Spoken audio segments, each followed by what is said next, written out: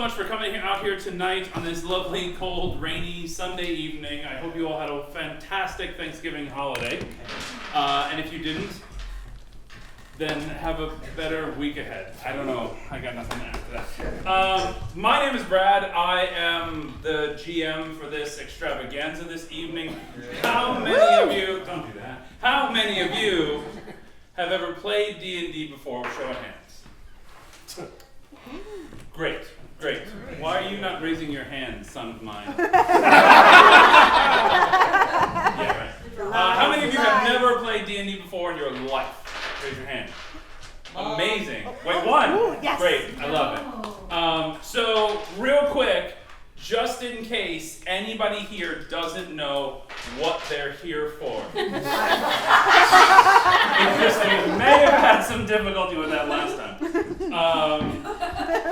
Also, by law, you are required to wait approximately 18 to 25 days before you post any reviews on any social media. So if you love it, please tell no one until somewhere around December 15th.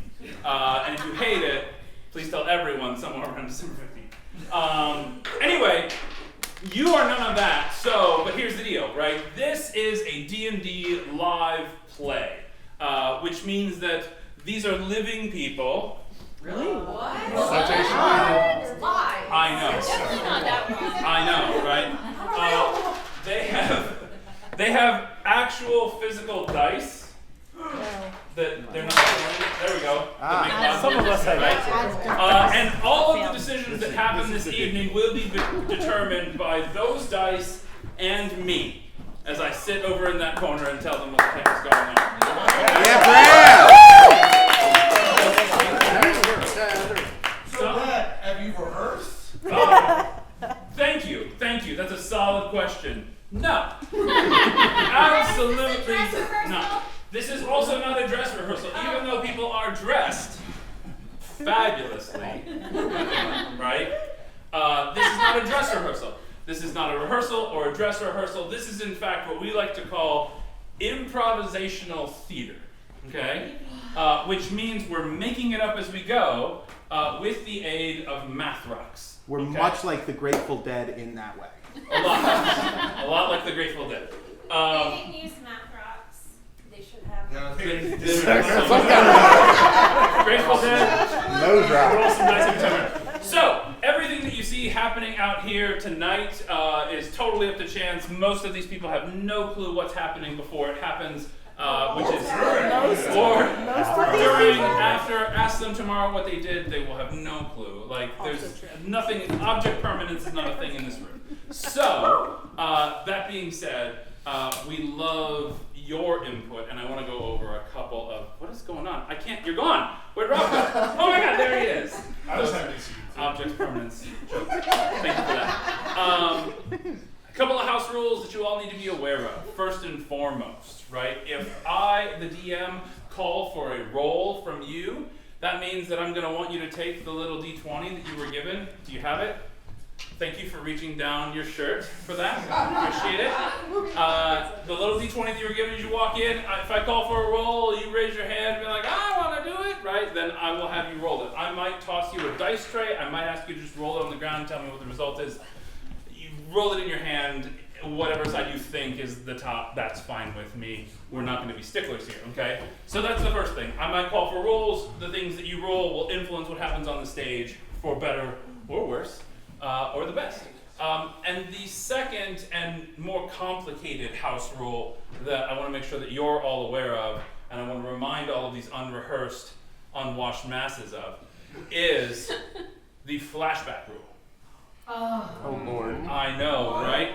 So, the flashback rule is a little house rule that we have here at Planar Taxi Company, whereby if someone on stage at any given time says something like, oh, that reminds me of a time when, and they begin to tell a story, right?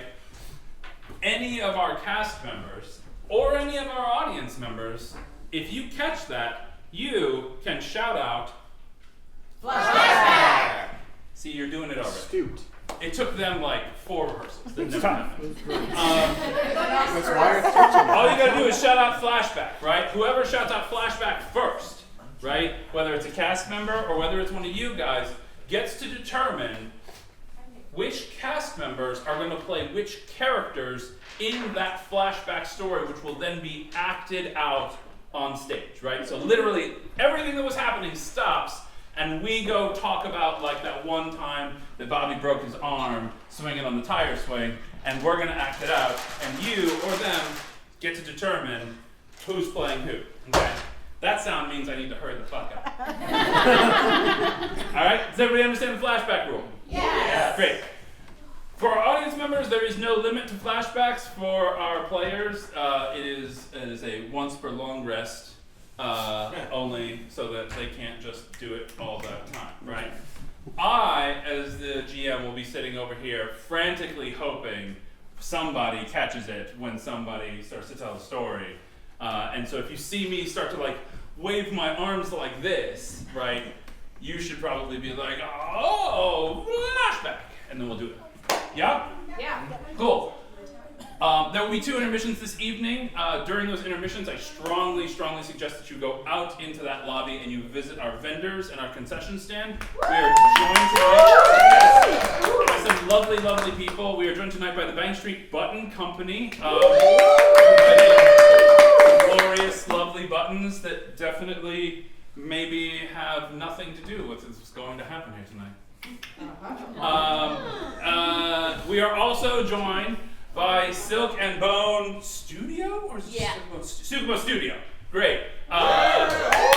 Creating custom, awesome, amazing dice. There's a whole mess load of awesome dice out there for you to look at and drool over and purchase. And then there's also a sign-up sheet for you to, again, I'm running too long. That sound bad.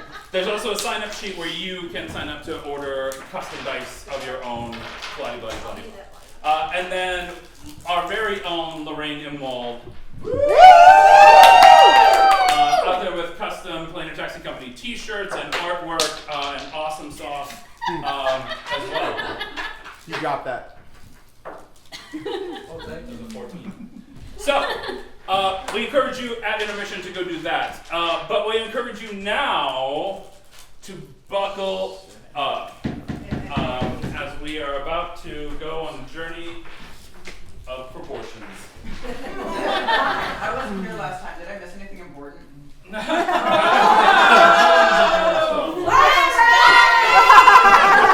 We just do the whole episode again. It wasn't We played the podcast back now. Previously on Planar Taxi Company, we were introduced to the crew of the Planar Taxi Company by way of Lysithian Wolodane, who was picked up on a random planet as they tried to steal some random stuff to make their fun laser sword work. They were chased by a bunch of kobolds and a Tarrasque, and then fucking Tony Danza and Nick Nack. TV's Tony Danza. Thank you. I don't think any of you missed the last episode. Alive. He's the only one. TV's Tony Danza and Nick Nack picked up Lice, and they all came back to the Planar Taxi Company, which is a lovely little place on a rock that we call The Rock. Oh. That's right. Once there, they were introduced to lovely characters such as Nashira and Blorkin, Reverend Blorkin V.I., and Mira Zumanthraz, as some might call her. They also toured the grounds of The Rock, including the inn, the Pickle You Know, as well as the garden space on the underside of The Rock. They went forward, they went aft, they went sunward and dark. What is it called? What is it? You said Voidward. Starward? Starward and Voidward. I don't know. These are words that we come up with. But then everybody went on adventures. We went to the Rock of Brawl, and we met a Mind Flayer who gave us some Koosh, which are sentient creatures, which is why they have their own enclosure now. Right. Our safety. That's right. For everyone's safety, don't touch them. They reproduce like triples. We also then went to the town of Via, where we encountered a lovely gnome named Dr. Unsteinsmunster. And we also encountered his creation, Frank. And Frank is really nice. Frank is really nice. Frank, in fact, helped us defeat Dr. Unsteinsmunster and came back to the rock with us. Against his will. He was a dick. Frank wasn't a dick. No, I'm talking to my brother Dr. and asked why we defeated Dr. Unstein. Because he's Dr. Unsteinsmunster. And so now Dr. Unsteinsmunster is dead, but Frank Unsteinsmunster is with us.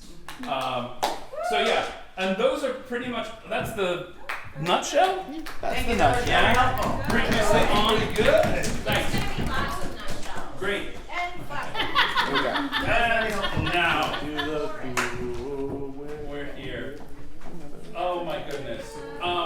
We open this episode in a dank sea salt. Where is Jay? Hey! Una! You didn't hear all that? Hey, Yippee! You gotta applaud them or they won't sit down. I know, right? Good lord. We open this episode with Uno and Lice, who have been given the task of breaking someone out of prison. At the present time, they find themselves in a dungeon-like prison, sprayed by the Salton Sea, having just incapacitated 2 guards, and now they wander around the cell block looking for their quarry. Who are we looking for again? I thought you knew. Who are we looking for again, GM Daddy? Alright, maybe we should ask in character. Okay. Alright. Hello, did anyone call for a ride? Oh, God. Yeah, no, you're right, subtlety would have been better. Hey! Did anyone call for a ride? At this, you hear from a couple of feet ahead of you. There's a door, iron bars, and from within this dank and dark, cell, you hear the sound of a voice saying, "Oh, woe! Is that my rescuer to be? Hello? Who art thou?" Are pickups always this dramatic? Yeah, they really are. Oh. We asked first, who are you? What's your name? What do you need? I am one Reginald Buckley. Buckley? Captain Reginald Buckley. Yeah. And who am I Buckley? speaking to? Buckley. Uno and Sin. Lice. Uno and Lice. Ah, yes. I don't know those names, but We're with the Planar Taxi Company. Did you ask for a pickup and or save? oh yes. Well, as you can see, I am trapped inside this prison cell, wasting away the days until my rescuers come to me. Well, we're here. Your heroes have arrived. Okay, calm down. Are you the only one here, or are there some other people? Go ahead and make a perception check I for me. absolutely do that. Look at that. Mhm. Diggity ding dong. The first rule. Ding ding ding ding dong. Ding ding ding ding dong. Ding ding ding dong. Why isn't it working? Cause it hates me. 14. 14. 19. 19. Lovely. No, strangely enough, it seems the rest of these prison cells are completely empty. Oh, Lord. It is just this single individual in this single cell. What'd you say your name was again? Yes. Cap. Captain. Well, Captain Reginald. Sure, Cap. Captain Can you open the door? Buckley. I'm assuming. Yeah, okay. I'm assuming you can't open the door from the inside, correct? That is how prisons work. No, though it is, I wish it weren't, but yay, for I am behind these iron bars. I don't think I took lockpicking as a skill. Oh, crap. Okay, but I'm gonna cast my mage hand and unlock that door. Yeah, go ahead and make a, let's see. Broke. Do your best. No. Real good. Yeah, it's okay. Go ahead You can either make Sleight of hand. Do you have like Proficiencies? yeah? Do you have any proficiencies? Can I try to break down the door? You I mean, yes. you could. Try I have a whatever you'd laser like. sword. I mean, yeah. How you doing over there? I'm mage hand. It does whatever I want it to do. Okay, so then go sleight of hand with your bad self. And Dex roll. see where you Yeah, get. it's a dex roll. Yeah. I'll give you assist. Ooh. Yeah, you didn't need it. Are you gonna tell me? Oh, it's 25. Oh, thanks. Is it a natural 20?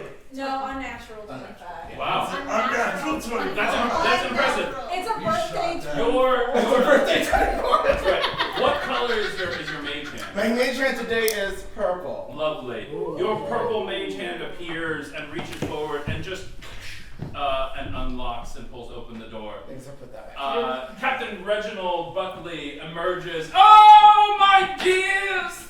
Thank you. You weren't by chance sent by my one true love to save me, were you? Is your true love Nashira?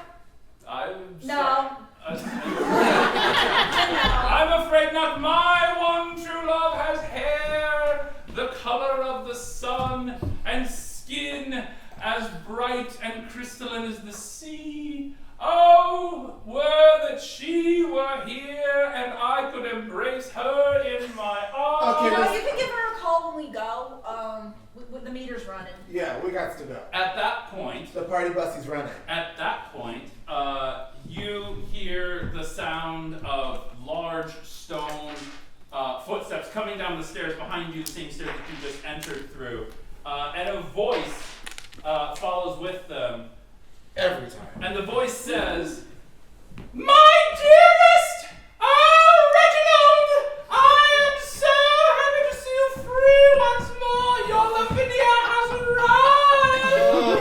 arrived." And from around the corner, you see a small dwarf woman with hair gold as the sun and skin glittering like the sea. The two lovers run to each other and embrace and begin a passionate makeout session right in front of you. All in a day's work for Planar taxi. No. Wait, do we have to? Are you coming with us, or are you engaged in what you're doing right now? Oh, and Reginald says, "Thank you so very much for all that you have done, returning me to my freedom and returning my Lavinia to me." And Lavinia says, "Oh, thank you. Your services will no longer be needed. I believe that you have done what we required of you, which was, the role play setup." Yeah, that's great. And- No.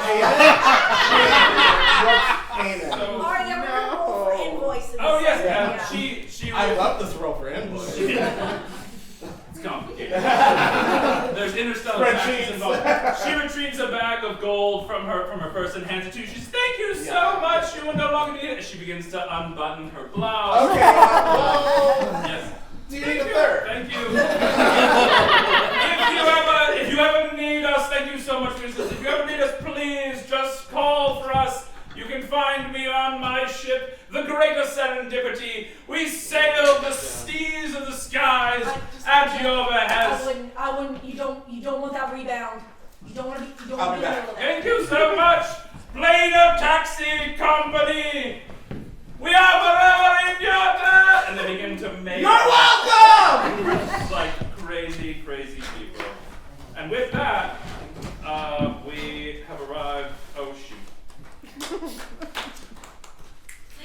Oh no! I didn't realize that being a hero would involve this much saliva. I know. Yeah. Three. It's saliva is Two. surprisingly. Fred, you might just have to do the song a cappella. There we go. All right. You guys know what to do now.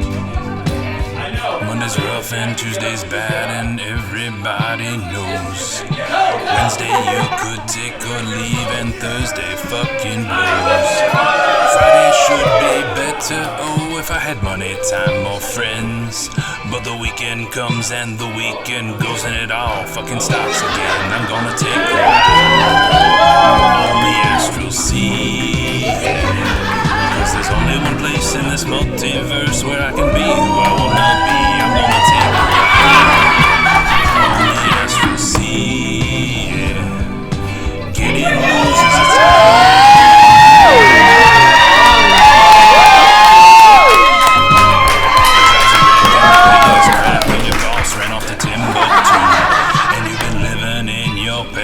basement and now you're fucking podium too. You wanna go somewhere where your problems aren't there and all the creatures are hot as can be.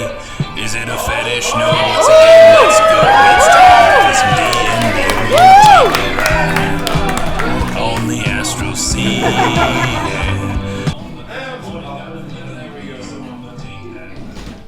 All right. Give it up for the crew. Who are we in memoriam number? This episode is dedicated to Matthew Perry and Richard Roundtree. We forgot. Richard Roundtree. We forgot someone in the intro sequence. We didn't forget anything. Yeah. No, I can take a hint. I know. Richard Roundtree, who you may know as Shaft, once did a television episode where he played a gay man and was in the first gay wedding on TV. In the 90s, on the television show Rock, which took place in Baltimore City. So join us tonight as we immemorialize a little piece of sitcom and Baltimore history. Yes. Bobby keeps killing sitcom stars. Somebody's got to do these in memoriam segments.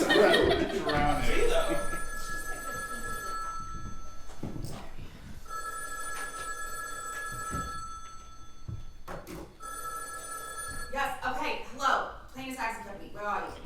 Hello. Can you hear me? Go ahead. Oh, it is so early where I am. It's early here too. Oh, yeah? Like what time? I'm really drunk.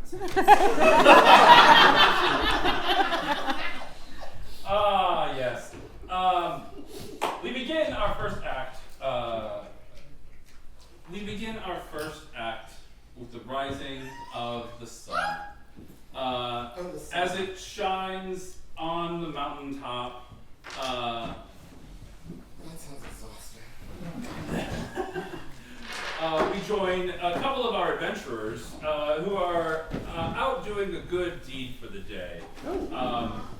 No good deed goes unpunished, no good deed goes unrewarded, of course. But today we find Reverend Blorkin and Mira walking up the side of a mountain with an elderly woman making a pilgrimage. And they have agreed to assist her along the way. As they rise up the mountain ever so slowly with the sun, they come slowly to the top as the sun rises and reveals at the top of this mountain the Sun Temple. Aptly named, and simply so because it is a temple of the sun. It's really bright. Oh my dear, it is brighter now than it was when I was your age. I can tell you that. But that could be my cataracts as well. Wouldn't that be the opposite? That's you would think, but.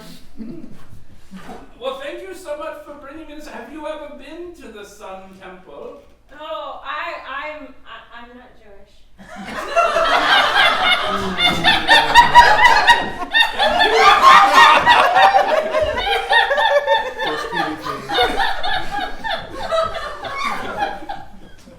And are you circumcised?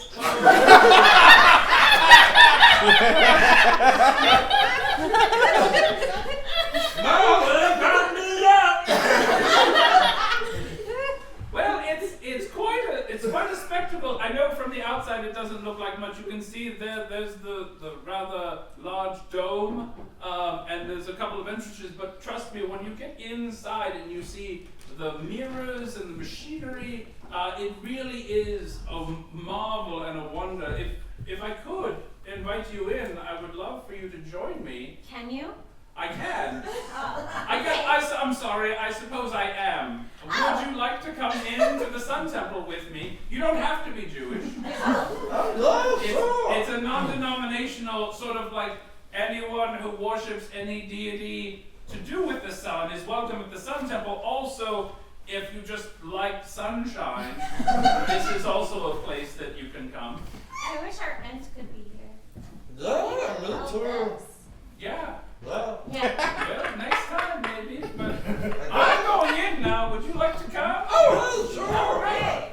As you enter the Sun Temple, you see a large room with a massive dome on the top. But in the center of this room, you see what is known as the gyro lens, a large mechanical, part arcane construct, part engineering marvel. It rotates and shifts and swirls in time with the movement of the planet, aligning itself to collect and bounce sunlight into a solid beam, which is always directed at the solar altar to your left in a room of worship. The lenses and mechanisms are magically warded, and watching it operate is akin to observing the complex systems powering a living, breathing creature. It is truly magnificent piece of artificer technology. Cool. That's a really nice thing you got there. Oh, thank you. Well, I didn't make it, but I appreciate your appreciation.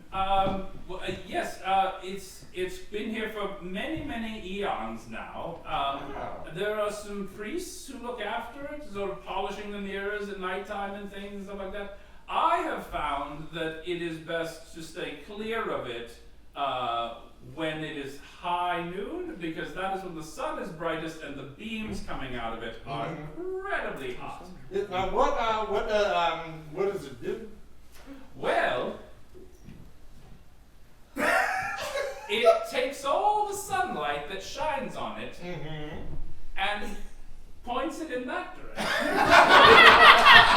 Yeah, over to the solar altar, look. Yeah, well, and then you can go and sit at any of the pews and sort of marvel at the light, the concentrated power of the sun, as it were. Just baking that table. Indeed. And anything you offer up on the table. If you, for example, if you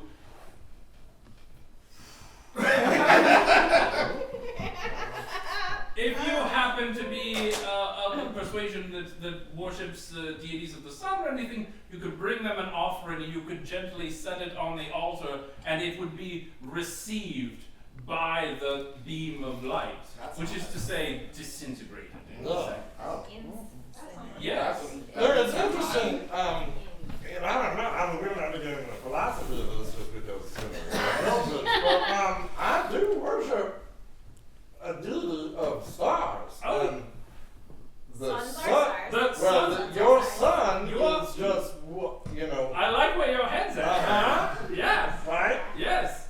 Would you like to make an offering to your deity? Does your deity have a name? Yeah, of course, Celestian. Oh yes, oh yes. Yeah. Would you like to make an offering at the altar to Celestian? I don't like that.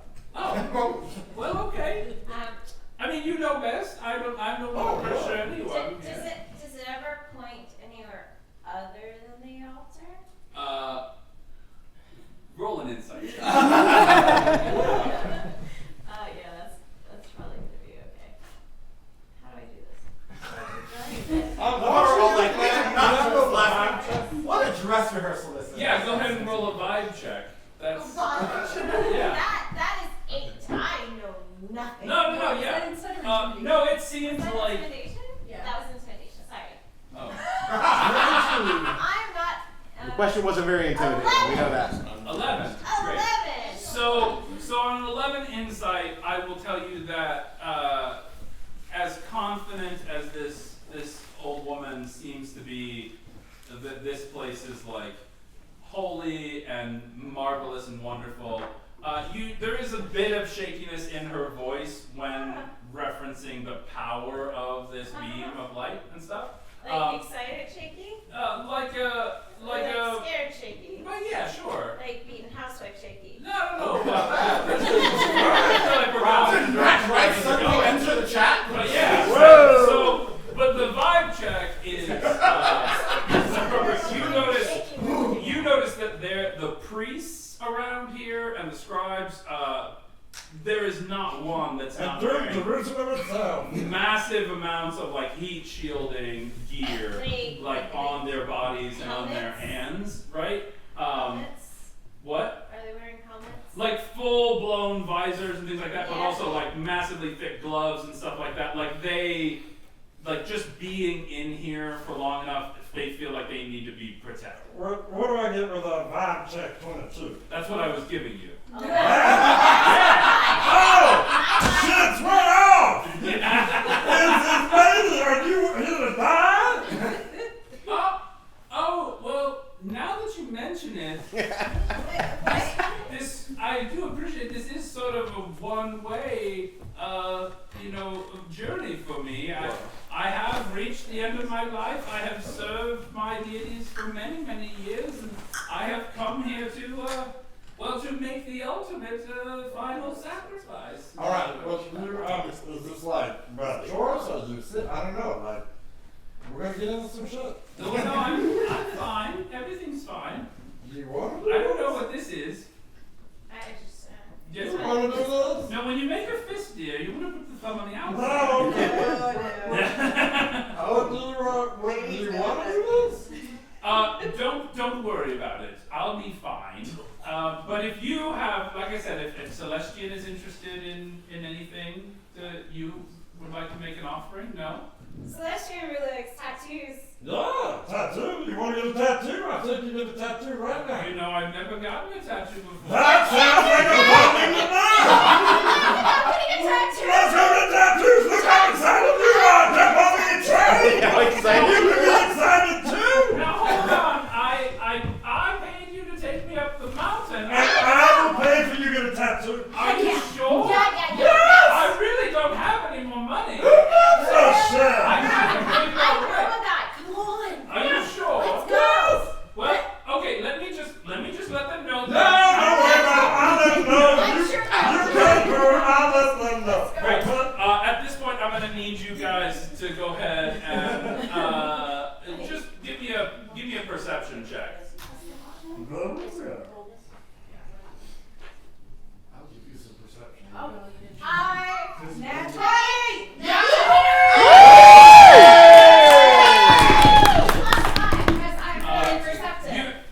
You notice as you attempt to like usher this elderly woman out of the place, several of the priests like have sort of stopped and are sort of like looking at you guys a little wary, like they kind of are. They don't seem to be thrilled with what you're up to.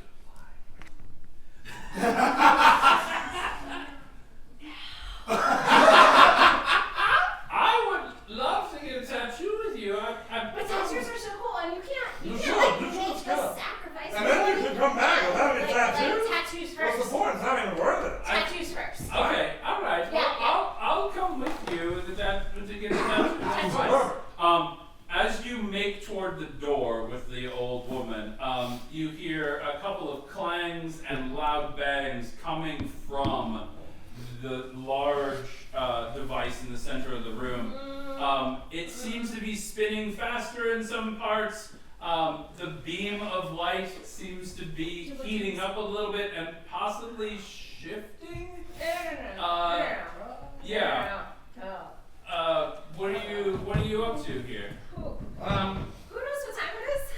What's it? Does anyone have a clock or a watch? It's almost 11:30. Oh, so no. We got tattoos. We you get the lady. Go ahead and make one last persuasion check. Persuasion. Yeah, just to see if this lady is fully on board with getting tatted up. 10.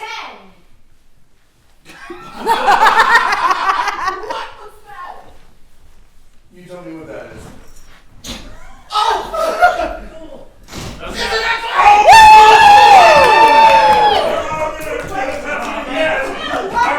This old lady wants to get a tattoo. So Great. So she actually puts down her bag. She's like, I'll be back in just a few moments. And she heads toward the door with you guys.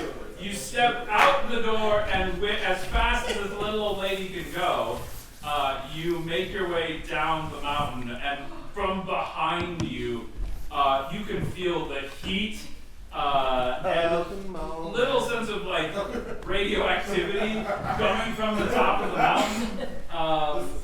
Yeah, it's the best. But you make it all the way down the hill with this lady and back to your ship, and head somewhere to get tattoos. We're gonna take right to the rock. Amazing. Always bringing people back. It's a real ensemble cast. Right? The goal is to have Brad playing more regulars than us. That's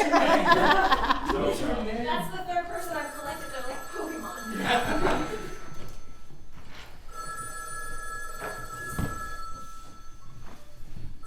Planar! Taxi company. Where are you? Hello? Is this? I'm sorry. I've never called before. Do I have the right number? Did you call me a taxi company? I think so. I was given a coin and I was told that you could help.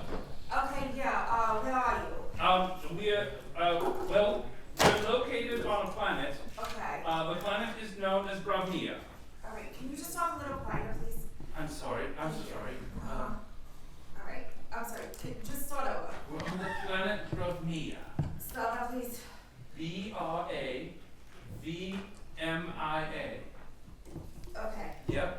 You got it. I'm sure. And you waiting for a ride? We are the Luhao people, and we were told that you could help save our children. Children. Yes. Our entire civilization is about to be destroyed, but we were told that if we contacted the Planar Taxi Company, you could potentially save our children. Yeah, I'm sorry, David. I can't do that. No, wait.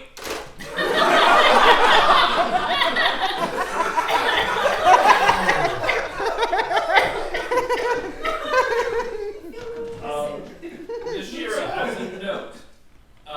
As you took that call and you wrote down Bravnia, your instruments noted that the planet was actually being registered as Volkov 17. So he's a liar.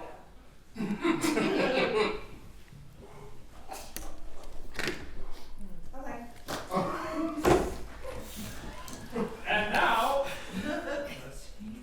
we return to, let's see, here we go. We find ourselves in the garage at the Planar Taxi Company. That's right. Oh. Frank is ever present. Frank is always with you. You mind? That's fine. All right. You want one? All right. Well, sure. I mean, I'm not gonna say no. That's nuts.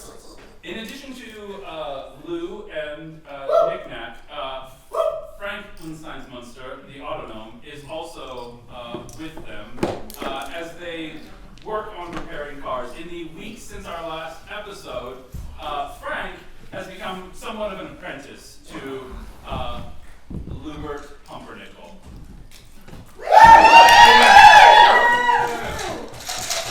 You can call me Lou. Lou, what is that you're working on?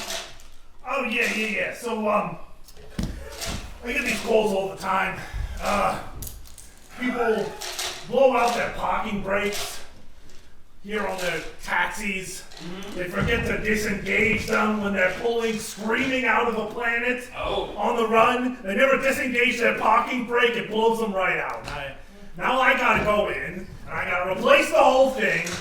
Yeah, it's a pain in the ass. Have you ever thought about talking to the drivers about not doing that? What do I look like? Some kind of talky guy? Sure. Yeah, I understand that. If you don't mind, he pulls out a notepad, and he just writes, Lou's not a talky guy. So you're replacing the blown out parking brakes. Yeah, that's right. And how many of these do you do, like a week or a day? Do you think? Oh gosh, I'd say probably every taxing the fleet probably once a week. Oh, It's Lord. it's an ongoing process. That seems like a lot. It really seems like something worth a memo to the company, just to be like, hey folks, maybe don't. Okay, well, I'll just write that down here for myself, and maybe I'll. Good job, Frank. I'll send an email. Yeah. And Nick, when you assist Lou, how? How? There's some slime in there. Drip it, just drip it. Oh, I see you're more like a spot. Okay. Wouldn't it be easier if you, given your size, Knick-Knack, if you could climb into things and get to areas that maybe Lou would have difficulty getting to? If he needs me, I'm fine. Oh, Lou, do you ever? that's an idea. That's That's an idea, Frank. Yeah. So I find good hook around here. Knick-Knack is Not that I don't appreciate having here, scattering the nuts everywhere. But you could maybe put in a little work if you're gonna hang out here. Maybe. I'm learning. All right, wise guy. No. What's this? A popsicle. Good guess. All right, lucky guess. Knick-Knack 1, Lou 0. Watch it. I'm just like to document things, if you don't mind. I'm a quick burner. Yeah. At this point, Nashira, I noticed you dropped a note over on the table. Was that intended for anybody, or? I mean, those places. I guess that guy still there. I got it. You can't do it. Knick-Knack, I gotta go. I gotta think. Can you take care of that for me? Thank you. I'll have taxi. Bye. I'll have taxi. I didn't hear you. Can you do this?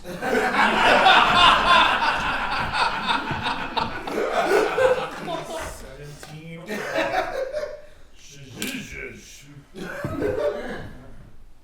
All right, I don't get out much these days. I'm mostly here, but every once in a while I like to bust out Old Beautiful. And back here, there's a tarp. I'm gonna miss Old Yeah. Beautiful because I'm not big yet. All right. Wait, is it yours? Oh. And can you describe for us what we see when that tarp comes off? Yeah, so Old Beautiful, as I like to call her, the official name is the ship of Theseus. She's beautiful in chrome. She's got, it's sort of patchwork, right? You got a fender from one cab, and you've got mirrors from another. It's really just bits and bobs that create something beautiful and bigger than itself. That was some good stuff. That's a nice one. Why don't we ever use that? You see in the here in the window, there's a tiny little hula dancer on the dashboard, but instead of a hula dancer, it's a satyr. It's a little satyr guy. Just go. Careful. He's dangerous. Alright. Yeah, like I said, I have to fix every taxi every week. Yeah. I don't get a lot of time to go out and do my own stuff, so, every once in a while. Can I come with you? Would that be okay, or should I stay here? Well, Frank, I mean, Yeah. you see all these taxis I gotta take care of. I mean, Oh, you've been taking notes, Mr. Note Guy. Yeah, I got the notes. And you learned something? I learned something about doing taxis? I learned that Knick-Knack should be inside the engine. Uh-huh. I learned that thing was a lollipop. Popsicle. Popsicle. I'm See, sorry. you gotta I'm still keep getting an eye. used to the sucking thing that I don't understand what you do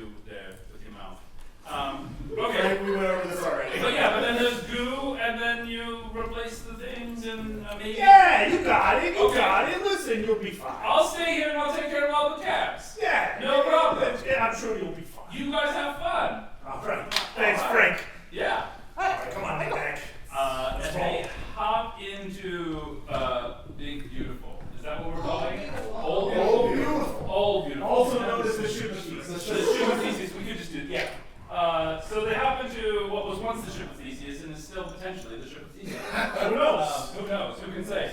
As they proceed to head out, they start up the ship, and the ship like curves, like none of the other taxis do. Most of the taxis really rough rides, really kind of like somebody left the parking brake on a lot. But this one, kind of amazing. It pulls out and heads out, and as you enter in the coordinates that Bashira gave you, yeah, We have to Google it. you had to Google the ship of Theseus? Yes. Losers, I know.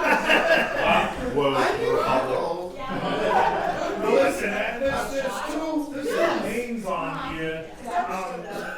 I can't really read the first one, so let's just go to the Vulcan 17. Yeah. Great. And with a flash, you are transported to the outskirts of the planet. It is a rather tan world. It looks relatively barren and flat, desert landscape and things. And as you making nutshells off this cab. and as you make planetfall, you come down in an area that is almost entirely desert. You pass over a few grasslands. There's no oceans to speak of that you can see anywhere nearby. It's just dry and desert, but there are some canyons, and your coordinates are putting you down near the edge of a rather large canyon. Hey, here's a stop. I don't see anybody. All right, we'll go investigate the area. Let's see. We see our patrons. We'll go towards Yeah. the edge of the. Go ahead and make a perception check at the edge of that canyon. Make a perception check, Cal. You don't need me to do it for you. I can do that.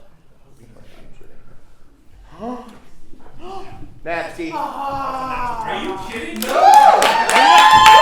It's on the D&D Beyond. It's on the D&D Beyond. You can look it up. Look it up. Just for those keeping track, in the last episode we only got 3 nat 20s the entire game. At this point, that's our third. So. It's all because of you. So no more tonight. Only the audience are allowed to roll it. You get to the top of this canyon, and you can see very clearly down in this canyon there are settlements built into the canyon walls. There are rope ladders and stairs carved into the stone. What looks to be like a medium-sized city just sort of built into the canyon walls, and you can see all kinds of humanoid creatures moving about and things like that. As you approach the edge, there's some sort of like climbing up a ladder nearby, making their way toward you. They are pretty clearly half elf people. They don't have a whole lot of like ornate garments or anything like that. They are dressed in pretty bare bones of rags and skins and things, as cool as it can be for the desert climate and stuff. But as they approach, you can see that there's one. They bring gifts of Chinese food along the way. They're very generous with their Chinese food, divvying it out to everyone. And if you bought a ticket tonight, you get a bite of lo mein, baby. Amazing.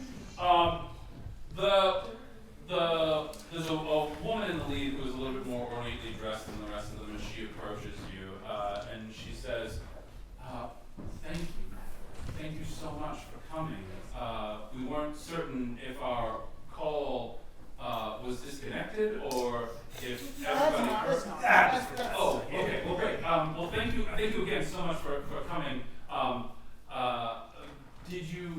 Did the receptionist, did she explain the situation thoroughly? Oh, yeah.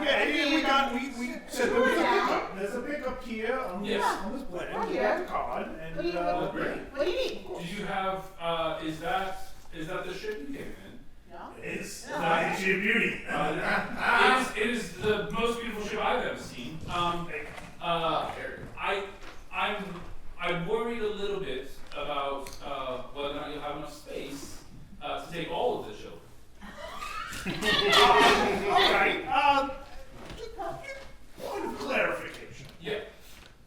When you say all the children, how many children are we talking about? As you ask that question, you can see coming up from on the edges of the canyons, ladders around you and things like that, are groups of children being led by a couple of adults, but there's already at least 2 or 3 dozen children who have crested the edges of the canyon. So it's about, what would you say? I think close to 250 or so. What? Hell almighty. Okay. I can't.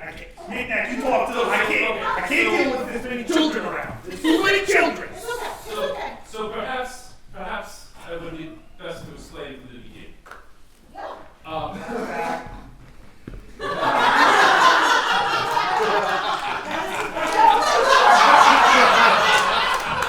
Flashback it is. Wow. I didn't even get anything out. That's amazing. All right. Nice. I'm gonna need 4 people though. So I'm gonna need 2 people to play members of this clan, and I'm gonna need 2 people to play outsiders. So you pick who's playing who. So we have some volunteers.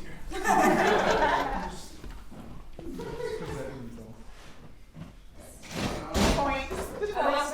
Yes, one. Yeah. Is it clan member or outsider? Clan member. Clan member? Yeah. Okay.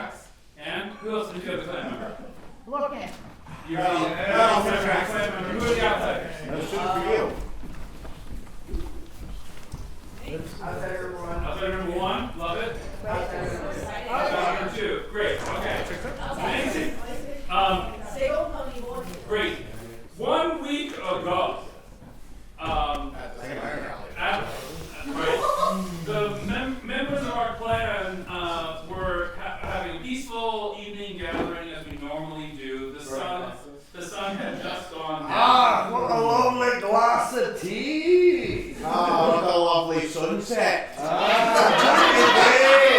What it is to be a clansman, is it not? It's a lovely party. If only there was a lot, but unfortunately I was paying enough attention to know we're in a desert. That is the end of the knowledge. It reminds me of home. Amazing. You live here. Which is right over there.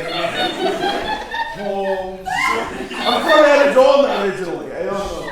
Shortly after the sun went down, they were approached by two half orcs, 2 women. Yeah. Female presenting half orcs. Who proceeded to give them an ultimatum. Do you want some tea? We got a better offer for you. All right. I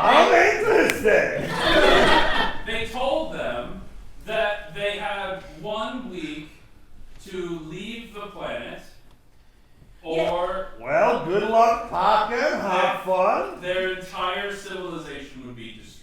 You have a week to leave or your entire civilization is Gone. Wait, you have to leave. yeah. So goodbye. You're gonna leave, and then our whole civilization ends. No. We need you to stay here. You're going to stay. Yes.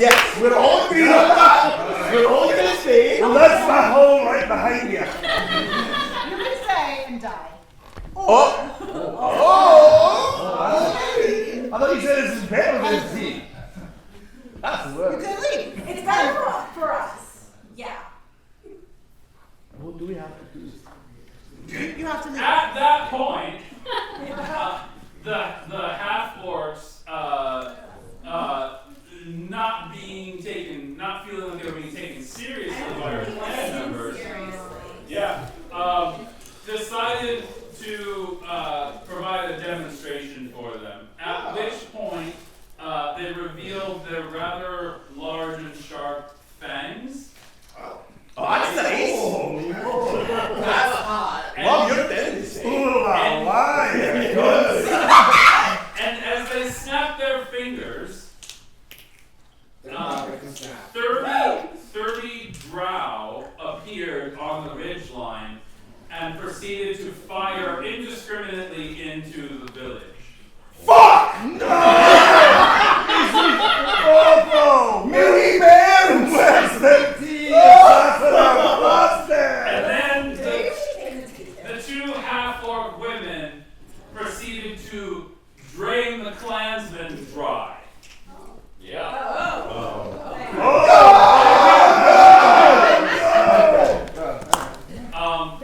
Thank you. That was it.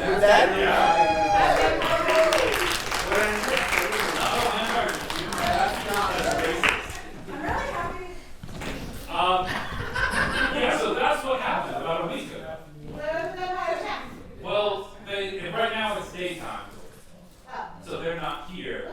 Oh, that makes sense. It's about 11:30. Everywhere you go to. So you have 200 children. 250, about. 250 children. You don't want to just the kids. Well, we didn't think that it would be feasible for all of us to leave. We have some elderly who probably aren't going to make it. They've never received tattoos before, so but so we really wanted to prioritize saving our children, saving the next generation to carry on. Where do you want us to take a bunch of children? Far away from here. Where are we dropping off 250 children? Listen, I feel like there's been a misunderstanding about this whole taxi thing works, right? So you get the coin. Yeah. And it's one coin. Yeah. For one passenger. If you want 250, Yeah. we're going to need a lot more coins. Oh, okay. And she pulls out a bag of coins. She's like, "I got all kinds of coins." And she pulls out coins made of stone, coins made of wood, some coins that have just been obviously smashed into shape out of other random pieces of metal and stuff. She's like, "I have coins." No, the one that you called the Shiro. We were given that coin Okay. by someone who said that you could help us. If you don't get that bag of coins, sorry, I'm gonna say on your photo. Right. We're going to need a lot more taxis. I'm gonna need you both to make a perception check at this point. Hey, Tony! Oh yeah, I You got make a perception check for me. Actually, let's have the audience make your perception. Those are my children. Never mind You then. can have one. Go ahead. 16 plus whatever. We'll get to you. I'll take that one. 16 plus 4 is 20. I took 4. I rolled a 4. That's an 8 That's total. me. That's an 8 total for. Don't see my glasses are getting dirty. Alright, great. My glasses are getting foggy. They are. Knick-knack, you look up in the sky, and right about this time at 11:30 in the morning, you notice the sun seems to be beginning to darken, as though something were slowly moving over it. Not quickly, but it's noticeable that it's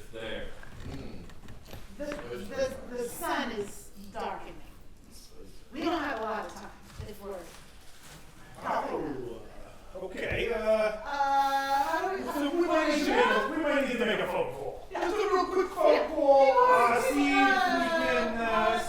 Oh, sure. Here's the coin. You need more coins? The one that you used to call Yeah, that. Yeah, we have some more already. We use it to make the phone call. Okay, great. She hands the bag of other coins back to like some of the children behind them, and they all pick up coins and they're like, You know, I'll just let them do it. It'll be fun then.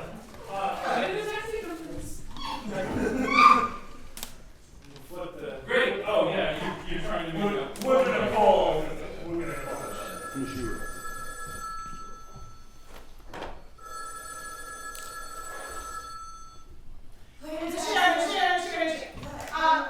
Did you send us 250 children?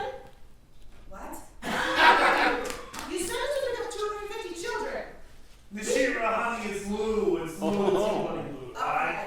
So, you know, we got the card. It said to come here and pick up some people. Maybe a few more folks that might be. Could we maybe spare some people? Everyone? So you need more taxis? Yeah. We do, but they got a lot of coins, so I'm sure they can cover us. Do you know how many words it required to communicate that request? All you needed to say was you needed more taxis. Amazing. Great. We're gonna leave you there for a second, and right quick, before we end Act 1, we're gonna check in with the illustrious TV Tony.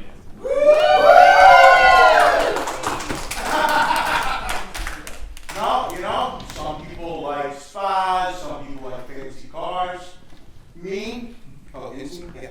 Yeah. Every Sunday, I like to get tailored for a new suit, go get my hair cut, and then just stare into the fucking sun. You know, I understand, and can I just say, I think you've come to the right place, Mr. Danza. Well, Mr. Danza, what was the last time you got a new suit? oh, 6 days ago. I love that. What, if you don't mind, I always like to ask my clients questions. Yeah. Oh, Okay? But, You know, from where I come from, my people, we do a lot of, contract negotiation. can you remind me Yeah. that place you come from? Oh, it's the Nine Hells. Yeah. Yeah. Right. That's right, yeah. Okay, yeah, no. I mean, Doesn't nobody. no, the wings and the tail, I thought, I'm sorry. I know, I'm a money guy, I don't assume. I like that about you. So, You know what TV is? Have you heard of TV? I assumed that it meant something important, but honestly, I don't keep up with what the kids are doing these days, I'll get you a couple DVDs of Who's the Boss and, Oh, yeah, okay. Well, so here we are. I was going to ask my clients a few questions about their taste and their interest. What the hell is happening? Anyway, so what did you like most about the last suit? I like a deep paper. Yeah, I can see that. Huge on the top. Yeah. You ever heard of Steve Harvey? No. No. Huge on the top. You know the top. And then very slim on the back. Shoulder pads, or like padded armor, or like what are we thinking? Like Think of a guy. yeah. Okay. You haven't had like a frost giant? Oh, for sure. Yeah. I I like like a frost giant medium. Yeah.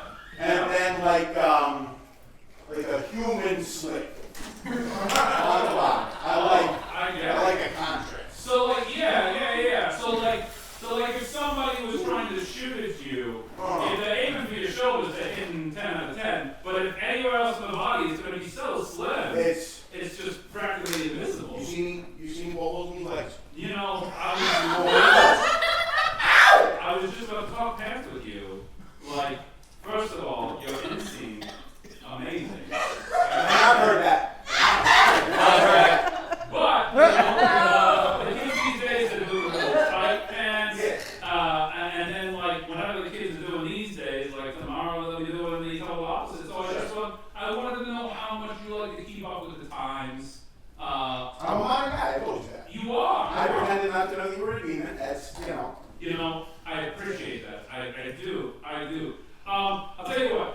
I'm gonna do a pant for you, and it's gonna fit you unlike anything you've ever seen before. Alright? I'm gonna do the long top, okay? But since I can tell that you, Tony Danza, are a man of action, right? I'm gonna go ahead and I'm gonna add a little magical padding in. Okay? Just give you a little bit, like, boost to your armor class a little bit. Now, is this one of those kind of magic things where it's like, I agreed to it, but I don't know what I got myself into, and I gotta really learn my lesson by agreeing to get this magic? Yeah, that's exactly it.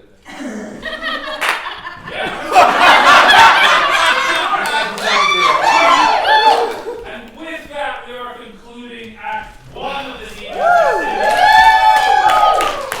Please take this opportunity to stretch your legs. There are restrooms in the lobby up here. There are also restrooms downstairs on the first floor. But all our vendors are up here, as well as the food and drink. And when we come back, we will find out how the hell we're going to get 250 children off the planet with half-orc vampires. I'm so excited. And that old lady will definitely get her tattoo. Thank you so much for joining us for Planar Taxi Company Episode 2, Penumbra. This is the first intermission, and so I'm going to tell you some stuff that I said at the first intermission, and maybe some other things that I didn't. First of all, thank you to all of the people who have sponsored us. Thank you to our vendors, especially, who showed up for this episode. At this episode, we had the Bank Street Button Company doing custom buttons in our lobby. We had Silk and Bone Studio doing custom dice sets in our lobby. We had Lorraine Imwald doing her awesome t-shirts and artwork in our lobby. And it was just an amazing, wonderful time. I highly recommend that you check out any and all of those vendors and artists on Instagram. I'll find them on Facebook. Check them out. They're great, and they support us, so you should support them. Secondly, you can get tickets to any of our live shows if you are in the Baltimore area. Just go to www.planartaxi.com. You can find out information about all of our upcoming events. We do this monthly, every single month. It's been fantastic. There's been a huge response. We really love our audiences, and we would love for you to become one of them. Follow us on all of our social medias and all of the other things to learn about all of the other awesome stuff that we've got cooking away wherever it is.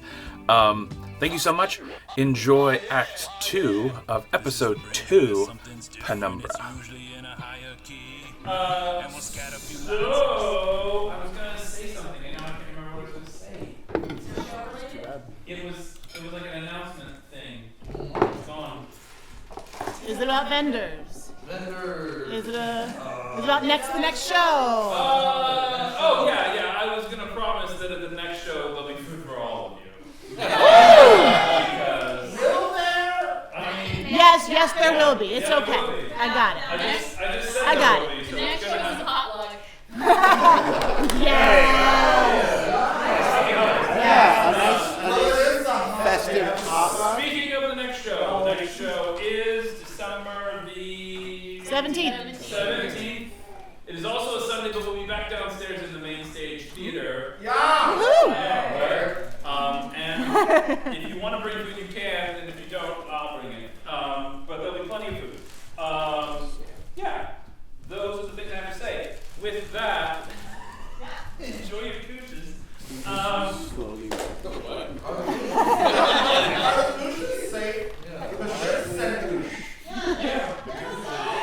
We gave them to people to care for. Okay, well, we didn't know. And York and I, It'll be okay. you know, It's gonna be alright. we had a little chat. Yeah, no, it'll be alright. Great.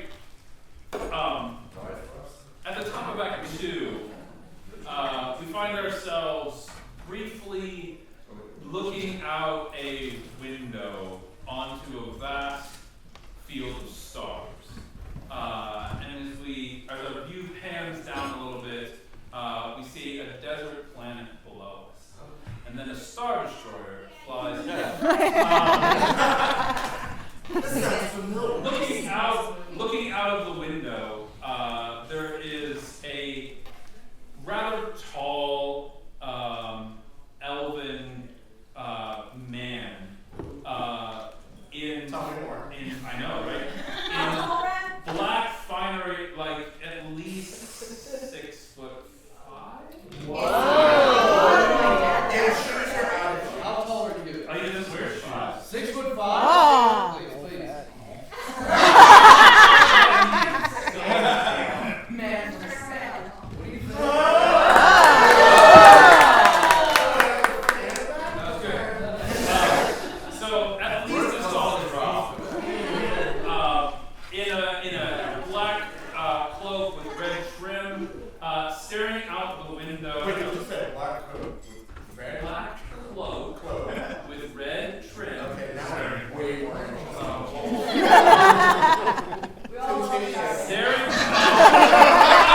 staring out of the window onto the planet below. And as he stares, as we get a glimpse of his face, you can see his fangs grow just a little bit longer. And like a little bit of like drool just like rolls out of his mouth in anticipation. As the outline of a large dark circle starts to cover over the surface of the planet. We return to Tony Danza, getting fitted for an immaculate suit. Tony, what color is the jacket? It's a classic charcoal. Classic charcoal. And pants? Navy. Navy. Bold. Bold. Bold. He gets one new one every week. They can't all be the same. Mix and match. But your tailor, the demon, yeah, he's like, Tony, I'm serious. This is some of the best work I have done in months. I'm excited. I am so very excited. I'm excited. Right? All I'm going to need is for you to sign right here, and a contract appears out of thin air. Just right here at the bottom, if you don't mind. It's all infernal. It's just, standard point plate contract, Sure. I'm going to go ahead and roll to see if I can notice anything without actually having to read it. Yeah, go ahead.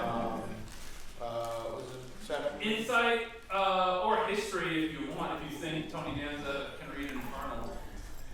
Yeah, I know, right? He reads scripts. It's an 18. 18, amazing. Yeah. Yeah, right.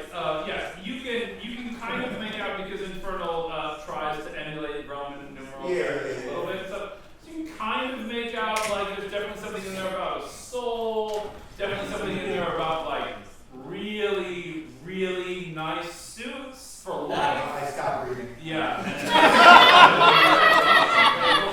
And it disappears into his hand. He's like, Tony. That was a cool trick. Oh, you want to see it again? Yeah. He puts it down. I'll sign it again. Whoa! You got to enter a showbiz kid. Oh, thank you. Coming from you, sir. Thank you. So that's just all yours. And let me just give you the shoulders. Like I said, a little bit of armor padding in there, a little adamantine shoulder padding in there. Gives you +1 to your armor class as long as you're wearing it, right? I'll be wearing it for the next 6 days. Amazing. Amazing. Also, as long as you've got that suit on, this is a little trick I picked up from my time, on the mortal plane. Nothing can bite your neck. Your neck is totally safe. Just try right now? No. Tony, come on. Oh, see? I'm good. See? That's pretty cool. This is what I do for you. This is what I do for my customers, You're a good guy. Hey, don't you worry about it, Tony. I'm going to go beat the shit out of Dracula. I will see you in 6 days. You have a good rest of your life. All right. And what's your name once again? I'm sorry? What's your name once again? My name? Yeah. Bull Mammoth. Bull Mammoth. All right. Bull Mammoth? I'll remember that. You can call me Bull. I'm gonna call you Joe Namath. Okay. All right. Bull Mammoth. Bull Mammoth. Where did you get that from? Who told you that? Because he Namath is the balls. Wow. Anyway, there you go. Tony now has a new suit that should hopefully protect him from being, having his throat ripped out. I feel a theme happening. I don't know what you're talking about. No. How do I increase my armor? Oh, gentle is the name of this game. All right. At this point, we return to Nashira. Nashira, you received a phone call. I'm sorry, I just looked up. Nashira, you received a phone call. Damn it. You received a phone call from Lou asking for more taxis. Yeah. How do you wanna make that happen? Tell them to go. Great. I give them the coordinates and, Great. Do you want to make some phone sign calls? it. Yeah. Huh? Do you want to make some phone calls real quick? We're not there yet. Nobody's there with you. They're all out. And you're gonna have to do your job today. All right, great. Who you driving first? Well, it's not as top of the sheet yet. Knick-knack. Knick-knack just called you with. Knick-knack, the phone rang. Hello? Hello? Hello? Hello? Yeah, never mind.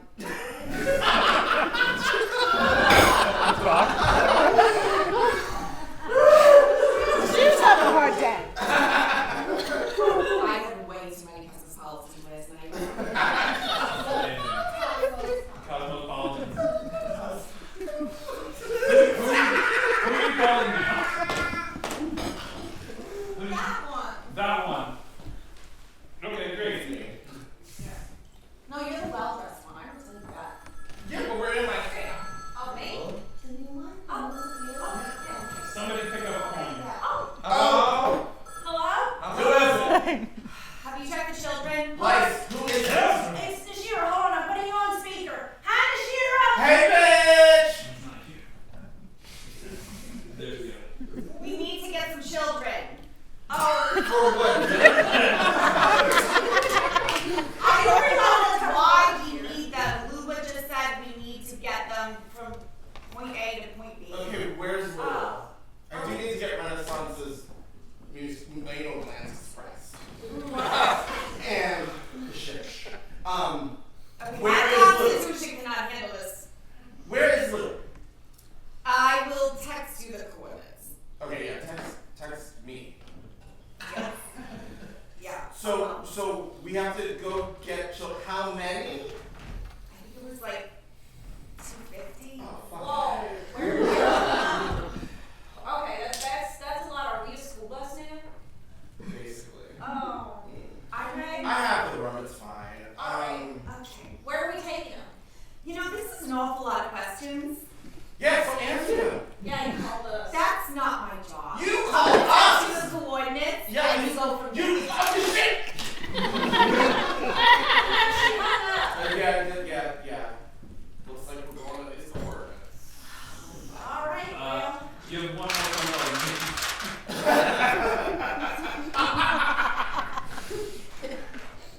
Actually, I have two. I'm sorry. That's wrong.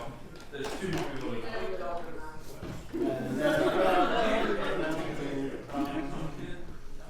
15 seconds. Oh. Is it me? Hello? Oh, okay. Hey, Mira. Oh, hi. We're getting tattoos!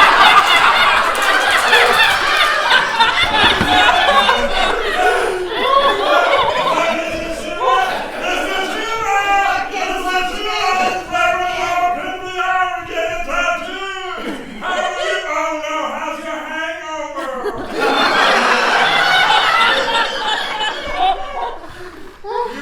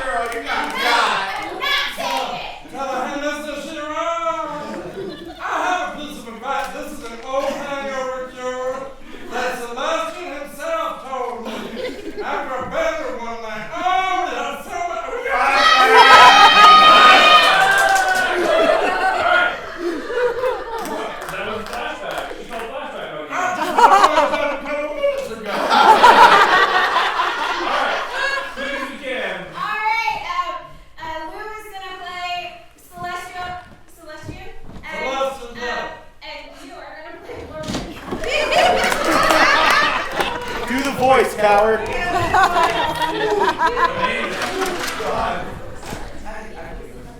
All right, okay. So here I am, being my broken self. Amen, and there's Celestial. Just finished smoking a whole pack of cigarettes at once. And drinking a whole bottle of bourbon in one puff. Oh, wow. And he sang a sultry song. And in the sultry song, he gave me the advice that, what was the advice? Enhance your karma by being kind to everyone you encounter. Enhance your karma by being kind to everyone.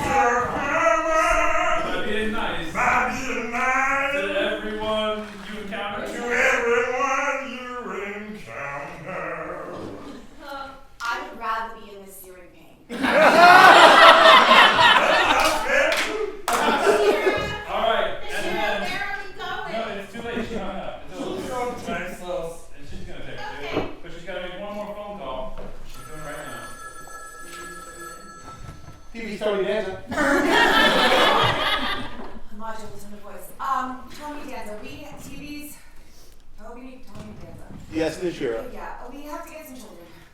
Oh, Nishira, my darling. No. You seem to have forgotten what day of the week it is. It is Sunday. I have just gotten my suit. I am currently getting my hair cut. And then I'm going to be busy staring into the sun while I eat gelato. I simply do not have time, Nishira. I'm sorry. TV Sunday days, I am calling a work capacity. We have to go get some children. I will text you the coordinates. All right, I'll be there in an hour. He's gonna miss out on gelato! It's gonna throw his whole fucking week off, is what it's gonna do. Wait, is he gonna show up with like half of his hair done and half not? Yeah, he's finishing the haircut. Okay. That's why it's gonna be there in an hour. That's what the hour's for. We're maybe also getting gelato. We're gonna grab expedite. I just make all the kids. We'll figure out what happens. Is the gelato place still open tonight? Is there ice cream? There was a gelato place. So, as we return to the planet that we were on, the desert planet that has a name for sure. It was Arrakis, where the spice Vulcan flows. 17.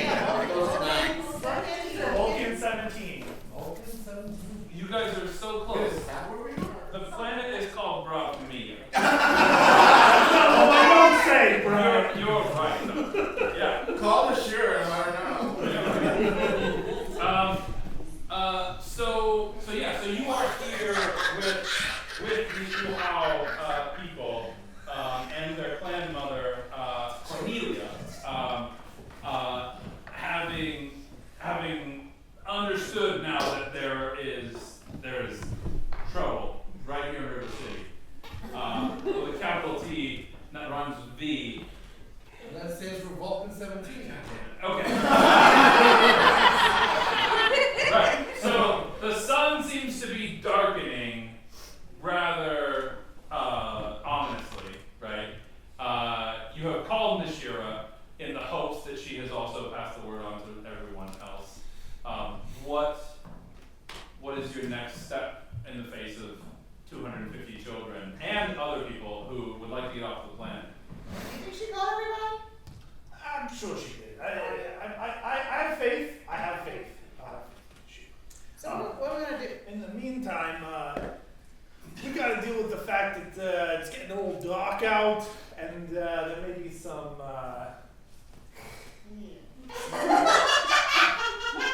Sorry, I didn't want to say the word in front of the children. Oh, yeah. I'll say, what is it? So, what do we know about? We know about appointee friends. They don't like the sun. Okay. That's going on. Yeah, suppose you make a history or an arcana check if you want. Since the sun darkening thing is potentially a nefarious thing that maybe has some kind of explanation.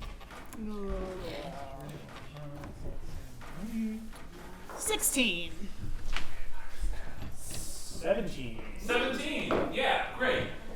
So you both are aware that vampires seem to not like the sun. Check, right? So how do we... So the sun being blocked out seems to be in their favor, right? Yeah. Also, in the flashback story that you heard, there were some drow that also showed up. You're also both aware that drow not really like sun-friendly creatures. Gosh, 2 strikes. I know, right? So it seems that there's some creatures who prefer nighttime shenanigans who seem to be teaming up to. That's awfully coincidental. I mean, it's certain. Yeah. I know. It's weird. It's all pretty weird. But why don't you guys roll a coincidence check? Actually, if I can have an audience member, since there's 2 of them, I need 2 of you. Yeah, go ahead, Kate. Yes. Isaac, you go ahead. Yes. I got a 2. 2. Oh. Isaac, you don't have your die? I got one. I'll do it. Okay. Go ahead, Katie. Roll it, and Isaac can get his die at some later point. You have your Chinese.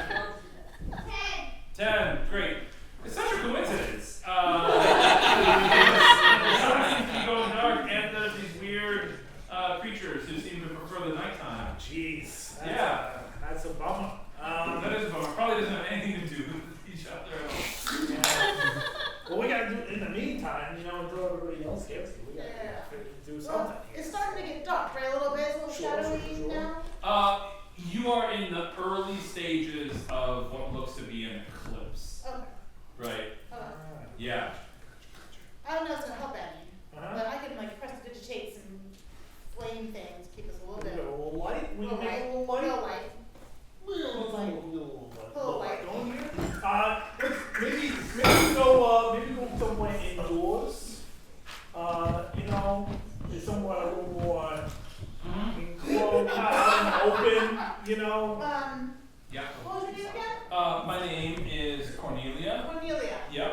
Is there somewhere people can hide? I mean, we have our homes that are built into the cliff faces, but they seem pretty clear on wiping us all out. And they knew that we lived in the cliff faces, so I feel like they have a plan for. Is there somewhere that you go on retreat? Oh, like Vacation Bible School? Yeah. Do you have a sun temple? That would be great. Oh, we don't have a sun temple. No, that'd be awesome. Anyway, but no, we don't have another place that we go. I don't know if you saw as you arrived, but our planet is pretty much devoid of a lot of life. It's been that way for several generations. Do you all just want to leave? Do we all want to leave? Yeah, it's not like it's been devoid of life for a while and you're kind of stuck here. Maybe this is a good coincidence. I mean, so first of all, you seemed like it was doubtful that you were going to be able to take our 250 children. At the point we get to 250, it really doesn't matter how many there are. We'll figure. That's impressive.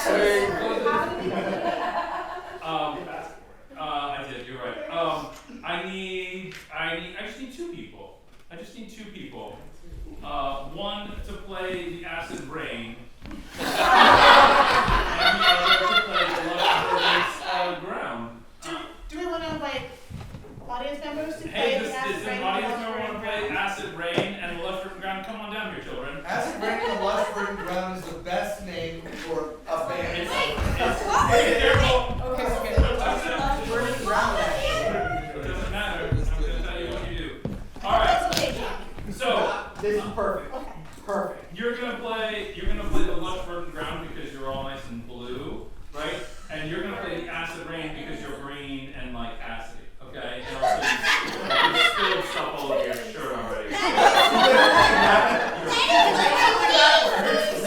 don't understand how the story is. Okay, no. Alright, so hundreds of years ago, as the legend goes, the lush, verdant ground was just there. It provided, living its best life and providing for everyone. The seas were full of life, and the everything was great. And I've switched so far off track now. But then one day, out of the blue, from the sky was rent open, and rain that was poisonous rained down on top of the lush verdant ground. Please do not. Yep. Thank you. Yeah. It's the best I could have got. And it totally killed off all the vegetation and the seaweed and everything, and it turned it into the desolate waste that you find here today. I'm a desolate waste that you find here today.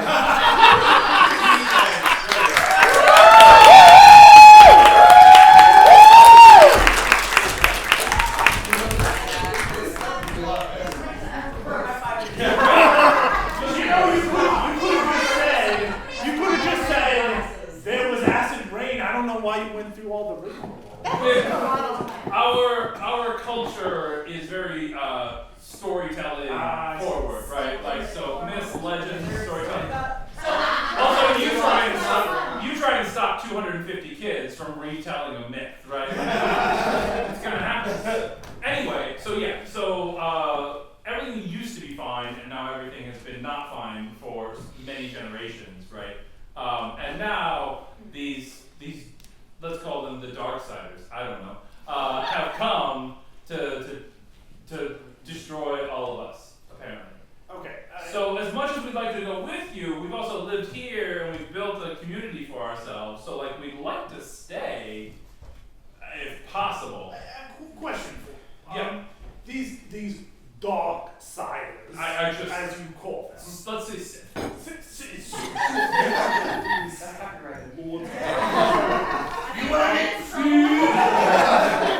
Did you have any prior knowledge of them prior to them coming and trying to take your planet from you? You're not going to get another flashback. No, of course. But I have to know. Do you have any was there a plan for did it pop out of nowhere, or was there some you better not go over there because there's some darkness? Oh, I see. Like, did they live on this planet? Right. Did they show up out of nowhere? Yeah. Or they also The out of nowhere. Okay. That's the thing. Yeah. And then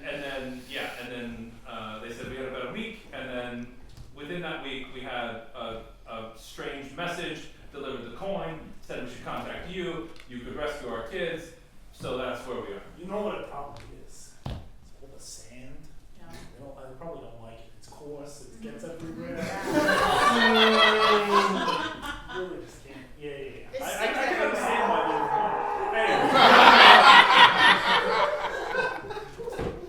they're in the meantime, though, we gotta figure out. So we have potentially we've got some more taxis on the way to help gather some people. But in the meantime, we gotta keep everybody safe.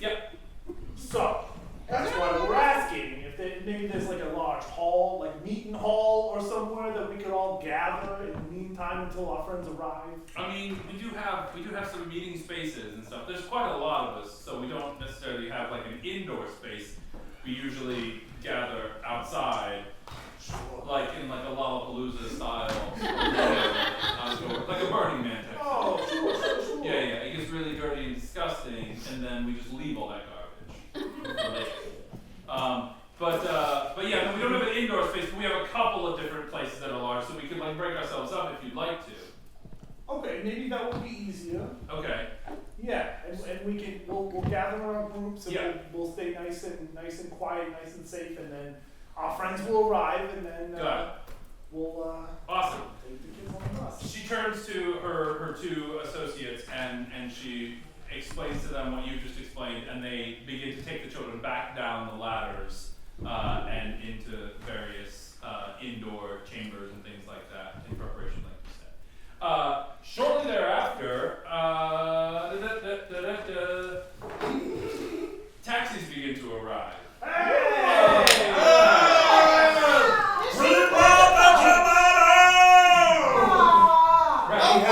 You guys are here! We have 252. We've been texting this entire time. I can't wait for you to check the group chat. 252 individually packaged scoops. God damn it. It's okay, we will post the group chat. We also have Where? We have The balloons! Oh, I have balloons. We have balloons. We stopped at the Party City Planet to get some balloons for the kids. Yeah. They say we're not kid friendly. Kids' birthday party! Where's the birthday club? Where's the birthday club? I'm really good at animals. Which one's the birthday club? Children! They're hiding right now because, like, want to kill them. You want to kill them? Oh, I'm sorry. Oh no! Why didn't you get that information beforehand? Vampires? Aaliyah! Ah, no, listen to them, Aaliyah. We don't kill kids. Well, that's good news. You guys want to see a wicked chest piece? I didn't know gelato if you were planning to murder. No! Lou, I meant to tell you, my parking brake is not working.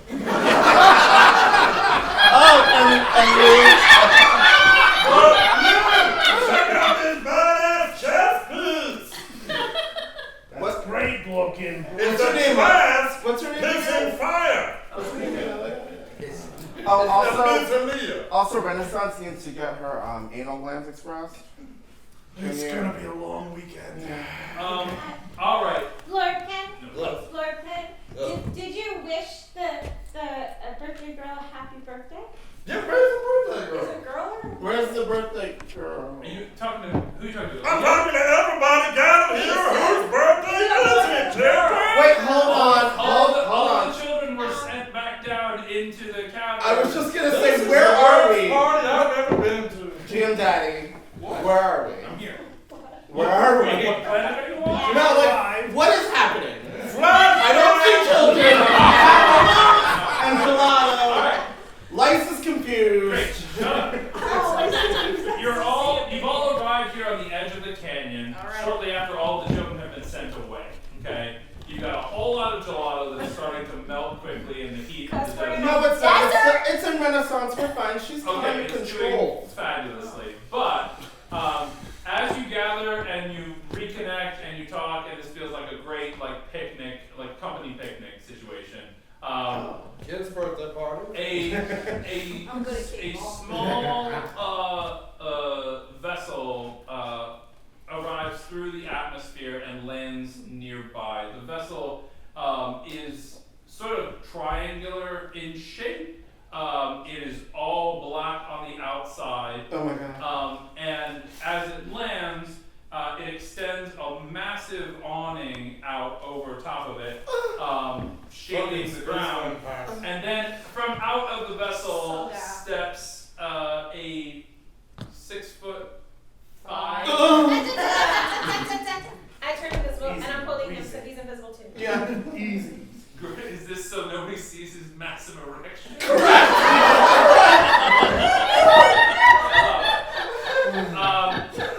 A 6'5" elf in a black cloak with red trim steps out into the shaded area made by the awning on this ship and greets you all with a slow, solemn bow, and then proceeds to say, "Good afternoon to all of you.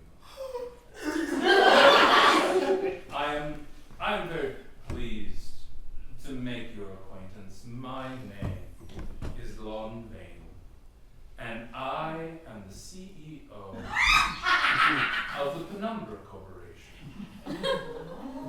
We at Penumbra are delighted to make this world our next acquisition as we transform it from the barren rock that you see before you to a lush verdant and green. Planet that can support life forms of all kinds. I know that you weren't here about a week ago when my associates approached the locals, but I just wanted to make sure that you were aware that in just a few hours, we will begin our transformation. And it would be to your benefit to, how should we say, make yourself scarce. I can't be held responsible, and neither can Penumbra Corporation, LLC, for what might happen should you still be on the surface once our operations commence. We talk back to the monologue first. Oh, sure. Who's doing it? I wanted to. No. Establish that. No. Just straight the fuck up no, man. Can't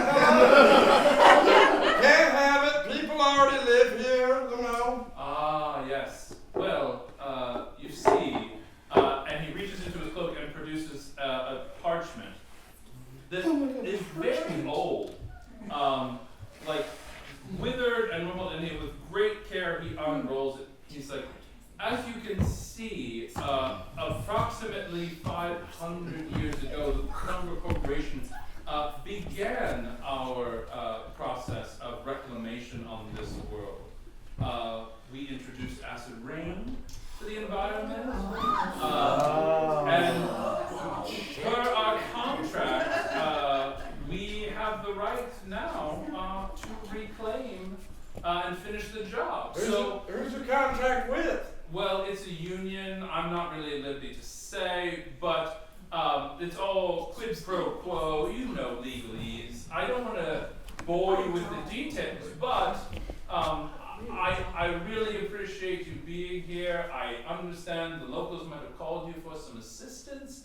If you would like to render that assistance by removing them from the planet, that would be fine.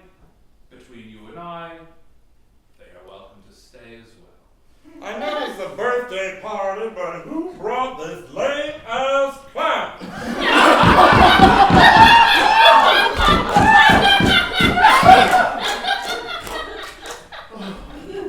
Burn. Roll for damage. That's a lot. Too much for a joke, isn't it? Too much for a joke. Little pale hands. No, I'm against this, dude. Yeah, I mean, anytime, you know how I feel about unions. I can't, I'm not about crossing the picket line on the union thing. My hands are a little tight, but the principles here, I gotta be against. CEO. Get out. What? I'm not a principal, I'm a CEO. Get out. CEO. Chief Executive Officer. Yeah, but sir, I have to ask you, what is your opinion on the unions?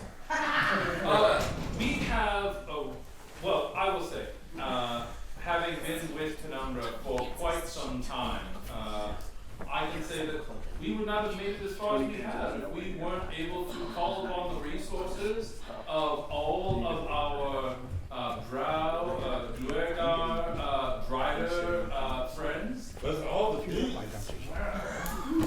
We do at Penumbra love the deep.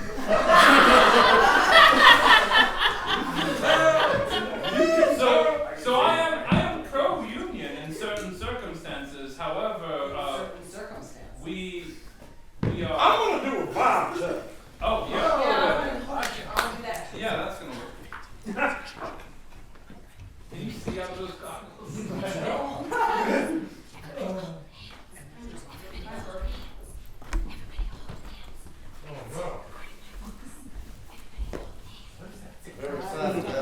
got an 11? Yeah. This guy seems like a good businessman. He's good at business. He's got a really nice outfit. It seems well tailored. At this point, if Tony Danza were here, do we want to check in with Tony Danza? I think it's been an hour. I think Tony Danza's arrived. Unless Tony Danza hasn't arrived. We can check in with him if you want to. What's going on with Tony Danza? Real quick, this is a quick sidebar. Tony Danza Still were get here. his fucking haircut? Oh, no! Oh, no! Tony Danza wanted the sunset in gelato! Tony Danza! My Way by Frank Sinatra. He did it his way. One single tear. Wow. Amazing. Alright, let's go do this. Alright. So Tony Danza will be here in about 20 minutes. That's not right. You can't just take this planet from these folks and like run them out by vampires and stuff. Space vampires. Space vampires, yes. Everything's more terrifying when you have space in front of it. I know that. Yeah. Well, I appreciate your opinion, but it is your opinion after all, and I do have a contract and workers to move and mouths to feed. In fact, so That's ominous. If The you- contract's still stated in a way that. no, he's put it back. Yeah, the contract's like, 500 years old. Like, I've got intestinal troubles older than that. I spent time in a class. I don't know how to test. That seems dubious. Go ahead and make stealth rolls, both of you. Well, I have the invisibility where Yeah, I if get I that. touch somebody, they are also invisible, and anybody they I touch. get that. You have advantage to stealth checks on Okay. that, but that doesn't mean that you are. Well, he snuck away. Yeah, you snuck away and you tried to gather up 250 children. At And I got a 10. 25. 25 children. That's just math. That's 25 kids I at mean, least. part of it was also me protecting the children. I don't think it was very stealthy at all, honestly. Did you do an inspiration? Oh, sure, I did. I had inspiration with that. That song that So, Staying Alive? So roll again, roll so let me roll. Yeah. That is as well. Amazing. When this loads up, and then it's a. Staying Alive. That's what the kids It's just not enough noise. There's 8 in there. Well, now we're not going to be able to upload And this to Spotify. that's another. I know, right? So now I'm at a 13. 13. Jesus, that's really not better. No. So 28 kids. So Does anybody have one of those little pieces of paper? no, we didn't put those out this time. Your child rescuing activities were definitely not as stealthy as you might seem. And as he's talking to the rest of the group, you guys see 2 driders come from out of the spaceship behind him. Driders. Oh, What do they look like? you don't know what a drider is? Well, let me explain. You see, when the Spider Queen Loth puts a drow through the trials, so this is not a flashback, this is just facts. When they do it, if that drow passes the trials, they go on to become an elevated member of the drow. And if they fail the trials, they become an outcast servant of Loth, and they become a half drow, half spider monstrosity, nightmare, hellish thing. And that is what comes out of the ship on either side of the CEO at this point. But how right? tall are they? They are at least like 9 feet tall. Jesus Oh, just sell my heart. How tall are you? Like 6'5". 6'5". 6'5". Don't worry about it. Yeah, that's too close to a horse. I'm Right. sorry, that's too close to a horse. I can't do You this. get on his shoulders. So there's 2 large riders on either side of this guy at this point. And they start to move out from underneath the shape. What the? Because unlike the vampire, they are disadvantaged by being in the light, but they are not like harmed by it. And so they begin to sort of like move around your position and back into the direction of where like these 250 children are being loaded onto. Fucking A. things. Darn it. Yeah. A little child? Can I spray it with color? Alright, I'm just gonna spray it Yeah, with let's do color. a black and red color scheme because they seem to go. Is there anything, can I try persuasion? What are you persuading? Him to not do that. Not destroy the planet. Oh. For a start. Yeah, go ahead. Yeah. You roll a persuasion check, and then you're gonna have to make a hell of a speech. Yeah, I want to hear it. 19 plus 9.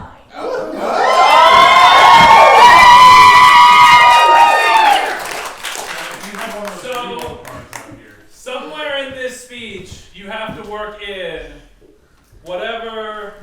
Alright, this is my bardic inspiration. Let's go.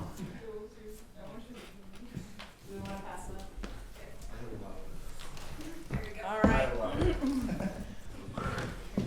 We got this.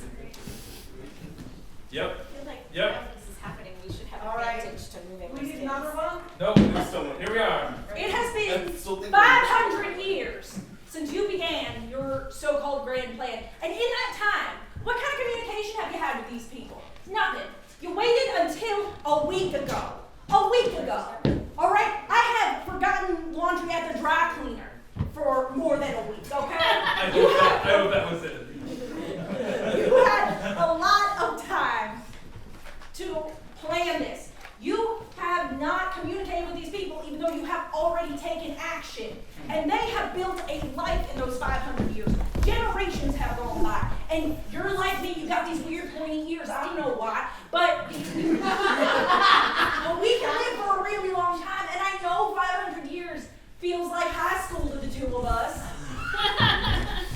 But these people have had whole lifespans. Yep. Courtesy pays. There you go. Courtesy. Courtesy pays. And what was that other one? Hold on. Right. That one. Yeah, thank you. And you should enhance your karma. Be kind to everyone you encounter. Everyone in your company. Because And courtesy everyone on pays. this planet, they should have a say in what happens here too. Because you didn't take initiative sooner.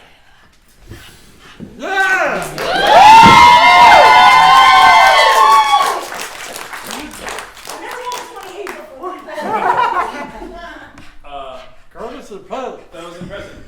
That was the other one. I'll grant you have a way with words.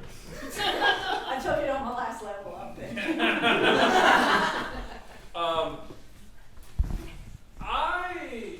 I can't say no to a group of adventurers, so I'll say you have an hour and a half.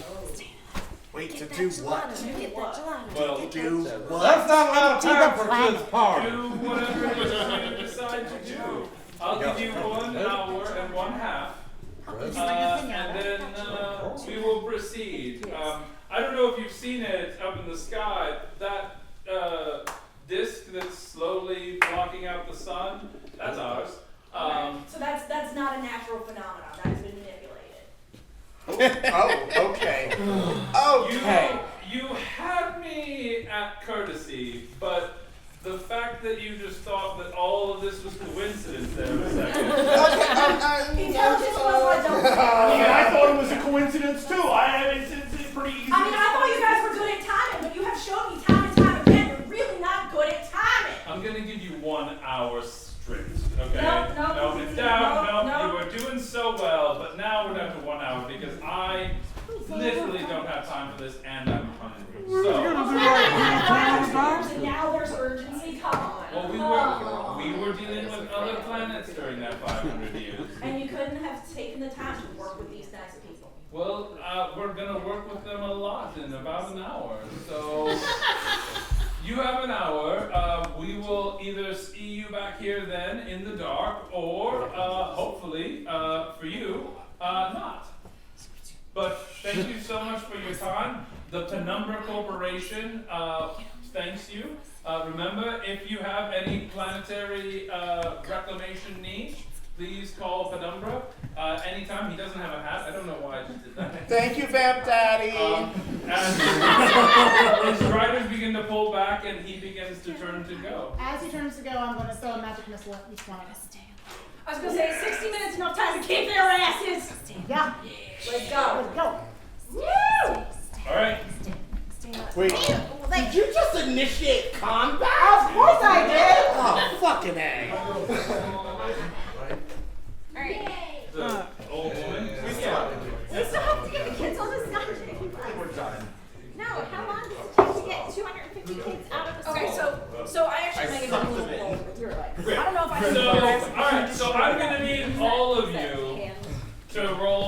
initiative. Right.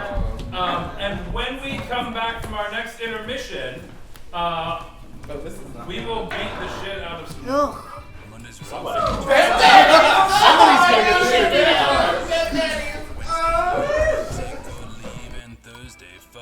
And we're back.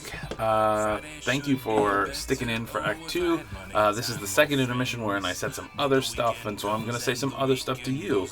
For all the information about future episodes and recordings of past episodes, you can visit our website, www.planartaxi.com. It's got tickets, so if you're in the Baltimore area and you want to come to one of our monthly live shows, you can get your tickets through our website right there. You can also find out dates for all of our future shows. You can get links to the podcasts, videos like this, merchandise, and things like that, all up on our website. You can also follow us on all of our social medias. We were on Facebook, we are on Instagram, we're on TikTok for some strange reason. But yeah, check us out all of those places. I'm going to give another big shout out to all of our vendors for Episode 2. Episode 2, we had Bank Street Button Company doing custom buttons in our lobby. We had Silk and Bones Studio. Check them out on Instagram. The dice are beautiful, beautiful, gorgeous. I have several sets. And we also had Lorraine Imwold, who's a cast member, but who also does custom silkscreen printing and other art and stuff. She had made us these amazing t-shirts, and she continues to make amazing t-shirts for us. So check out future amazing t-shirts and artwork coming from Lorraine in future episodes. But check all those artists out on their Instagrams, on their Facebook profiles, and things like that. Some of them are on TikTok as well. But please support them because they support us. We couldn't do it without them. So yeah, that is all I have to say. Thank you so much for sticking around. Enjoy the final act of Episode 2, Penumbra.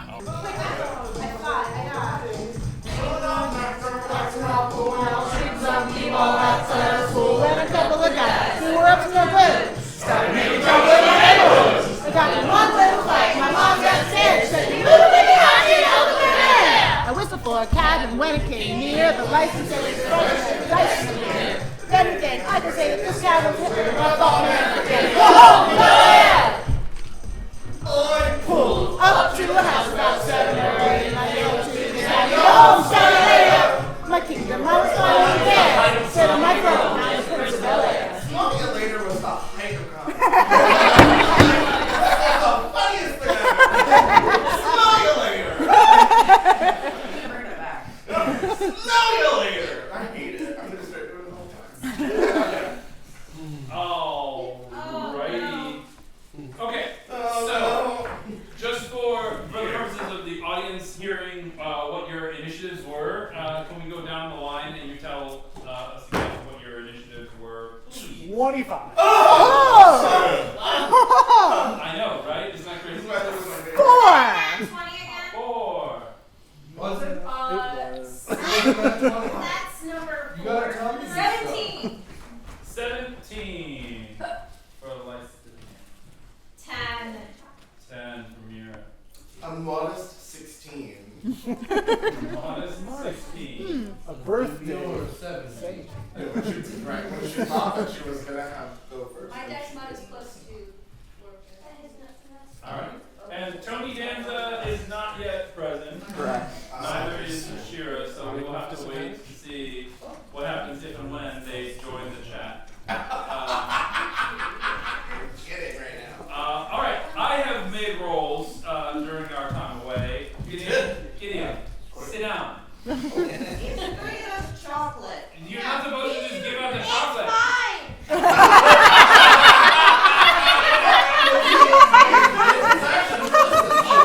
Well, if it isn't a worker seizing the means of production.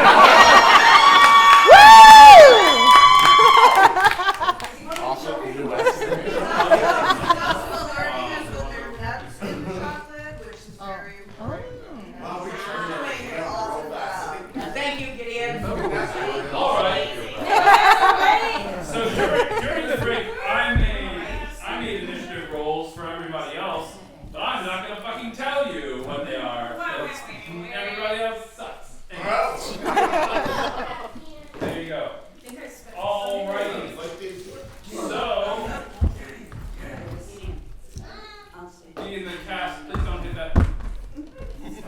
Every single time. His dexterity is amazing. Honestly, I think this should be inspiration. I'm actually gonna throw this in your face. That's mean. That's not fair. You can each trade with me right now. last time and Everybody was excited evil about me. your I'm union. gonna Then you each were face sitting it. there, and then It's all of a one or sudden the other. You were like, hey. All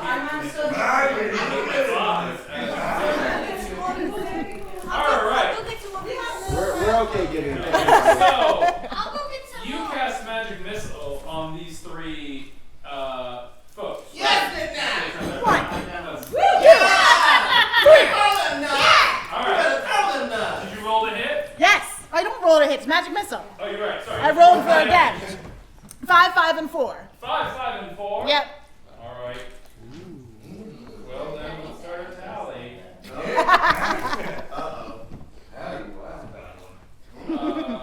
Which one's which? I want to say which one's which. The vampire gets 5 and then a 5 and a 4. Okay. 5, 5, and 4. Okay, great. Got it. Gideon, I'm really going to need you to sit down. Okay. Please. I'm doing my work. Well. Please go sit down. Thank you, Gideon. Thank you, Gideon. Thank you, Gideon. All right. But it tastes so sweet. Rest and rain. All right. So that's 5, 5, and 4. They get hit struck from behind, and they are surprised. I know, right? Surprising. So with that, Lou, with that massive 25 initiative. Real quick, Yeah. before I make a move, could you describe their ship for me? Yeah. Their ship is it's boxy. It's like a large triangle, but like a thick cake of triangle. Oh, Does that ugly make as sense? hell. Yeah. I wouldn't put something like that in my fleet. Okay. Yeah. To my best approximation Yeah. of where the engine might be on this vehicle, I would like to cast the Shatter spell. Oh, that's that lula. Okay. Hear how surprised everyone is when we do some actual D&D in this show. Wait a minute. These guys aren't full of bullshit. What?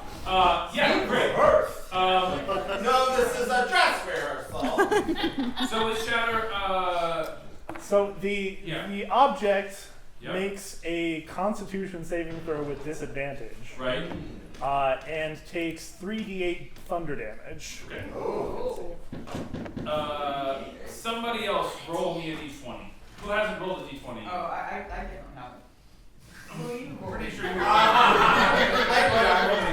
It's disadvantage, so there's 2 rolls. Oh, I get 2? Yes. You need the lowest. I think we really have to do a roll of deception check. Oh, I'm so sorry. I got a 9 and a 19. Okay, so disadvantage. That's bad for So me. the ship It's not is bad for not. mind. me. The ship has to beat a It's 15. 9. The ship has to beat a 15. And it does not. I don't know what the constitution of a ship You don't know what the is. ship is made out of. Yes, actually, I think you Yeah, I'm gonna go ahead and say that the ship does fail that Constitution save. So here comes 3d8 thunder damage. What you know about thunder damage, Brad? That's I know a lot about thunder damage. 13 damage. 13. All right. The center of the ship, right? So like this triangular like shape, right here in the center would be like the nerve center of where the engineering and bits and stuff are. So that's sort of like where you focus your spell. So from the center of the ship, radiating out, you watch as this pulse wave that like literally like moves through the air and like does that sort of like, oh god, there's a wave in the air kind of thing, that we call in science waves in the air. It shakes the whole of the ship. ship, and you start to see steam like pouring out of certain vents and things like this and stuff like that. It definitely rocks the ship and any inhabitants that are inside of it. It's not going great for the ship. Bada boom! Nice. Cool. And then up next with we've got our Rule 17. So we've got Blorkin and we've got Lysithia. Rock, paper, scissors. Yeah! Come on! Come on! Okay, go first. All right. I would like to summon my arms of the astral self, using a key point to do so. Can I go Each creature of choice that I can see within 10 feet of me. How close? Can I get that close to them? You can get that close to them. I'm gonna get that fucking close to them. They've got to succeed on a dex saving throw. Yep. DC 15. That's not it. Yeah. That die is not happening anymore. They all every single one of you. I have some better ones for sale outside. But not for the GM. $100 each. This is one of the ones I bought from you last time. Betrayal. It's lovely. I adore it. But it hates me right now. Yeah, so they all fail. So they are each taking 4 damage. Nice. Force damage. Or force damage. Yep. Great. That's gonna work. Okay, that was my bonus action, and now I'm going to. Okay, Lord. You better work. Hold on, I gotta hit this key point wherever the fuck that is. Key point, where are you? There you are, my friend. Okie dokes. So I would now like to arms of the astral self melee attack these motherfuckers. Yeah. Real quick. How the natural 20. 28 to hit. That's 5 naturals. It's in the log. It's That is. factual. I could It is. I can show you the log. Yeah, it's in that one you did.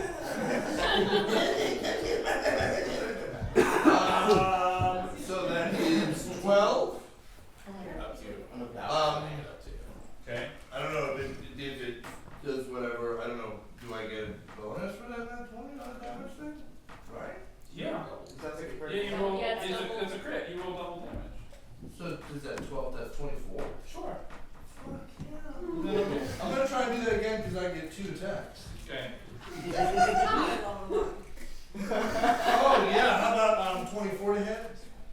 Oh, yeah. That's a dirty 24. It's a dirty 24. Just to be clear, that first attack was on which one? Oh, the CEO of Pain. Yeah. That's what I figured. I just wanted to be sure. Yeah. Just because you said you were gonna attack these folks, I wanted to make sure I knew which folks specifically you were doing. And then that's 5 more damage. 5 more damage to the same. You also to the CEO? Yeah. Okay. You act like I'm supposed to know who you're throwing arms at. There is a person who is blocking out a star. Lorcan only wants this person dead. Can we Okay. It is an get a offense recalibration against God. of the battlefield for a moment? What? Why? What did I do wrong? No, you did anything wrong. Like, what are you hitting? I'm hitting the CEO. Oh, okay. You can hit more CEOs. I'm back. Okay, great. Lysithia, you're How's up. it going? Yeah, I mean, it's going great. This vampire's getting his ass beat. Yeah, no, that's gonna keep happening, I hope. Oh. So, Yeah. y'all remember the sword that I've been carrying around for the last 2 sessions? I do. Not familiar. It's a sun blade.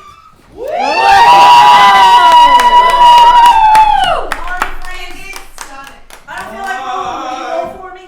If you would like. A 5. You may Okay, so I got a 9, so do it again. Okay. 12, so 17. Does a 16 hit? 16. You're trying to hit the CEO? Yeah. Okay. A 16 hits. Alright. So I get to roll for double damage. So I also want to point out to the the audience that a sunblade is not illuminated until the wielder like picks it up and like. Oh yeah, so Oh, it's a lightsaber. Yes. Yeah! So none of these like night-loving folks would have known that there was this giant sunblade happening until Lysithian decided to whip it out. So is this your thing? I don't usually like to whip it out. Alright, so that was 6, and then I 6 get to damage. roll 10, so that was 16 damage. 16 total? Yep. Nice. Oof. And with that, I'm going to use one of my warlock abilities to just kind of move away quickly. Or I can do move. Yeah, I'm gonna do movement 30 feet. I'm gonna then use my. I had to move to get to him, right? And I'm just gonna teleport back away. I'm like, I don't want to deal with this. I'm new to this hero thing. Yeah. I'm brave until I'm not. So I just hit him with an anti-vampire sword and then ran away. Let me ask you a quick question. After you hit him with your anti-vampire sword, does your anti-vampire sword stay lit? Yes. Great. That's gonna be a problem for him. Because also it's not packed weapon. Just saying. Oh yeah. All right. So coming up next, we're still in Hero Land so far. We have Unamar Olaria. Oh shit. Okay, so the first thing I'm gonna do is inspire Lysithian. Yeah. A little bit. With my special die. Oh my god! So next turn, add that to your attack. Ooh, because we're probably gonna need to finish that bitch off. Yeah. And then I'm going to perform vicious mockery on the CEO. Because those shoes do not match that cape. Ooh. I mean, That's true. Very rude. All right. Very good. So yes. what's the 6. 6 what? Just 6? Hold on. No, I have to go back. I don't know what I did. I just talked to the game now. I don't know what I did. 6 damage. What? It says 6 damage. It says 6 damage. Well, yeah, that's how we should mark. That's just 6. Yeah, that's what I was. Yeah. I'm looking. Yeah. Number 6. I just want to make sure you knew what the heck you were doing. I thought I knew what I was doing, but now I don't know. You made me think I did. It's a 6-degree burn. 6-degree burn. 6 degree. Thank you. Ow. Made me think I didn't know what I was doing. Amazing. Okay. Ouch. These shoes. Well, of course. Not my shoes. I'm surprised they let you in here with those shoes. I mean, All right. So is that everything? that's everything. Yeah. You good? Okay. And now we're moving on to our first villain. I know, right? Yeah. From within the ship, come running two. If you've seen any of our flashbacks, two familiar half-orc women. These ladies suck. And both of them are carrying crossbows. And they're both gonna come out here and they're gonna fire their crossbows at whoever they see. So the first shot they're gonna make is at Lou for breaking their ship. So Come on.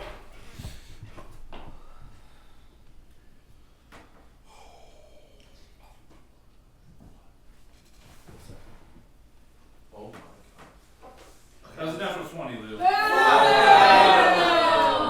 That die was provided by Kate, Shugabum Studio.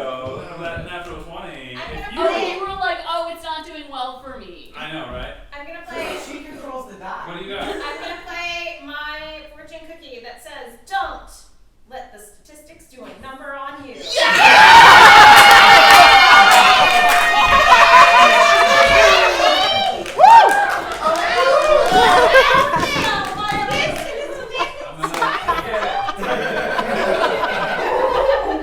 Wow. What? So, I love this. So here's what I'm gonna do. Rather than re-roll that die on this, what I'm gonna do is I'm gonna flip this fortune over, and the first number of the lucky numbers Oh yeah. yet. Oh, okay. It's an 2.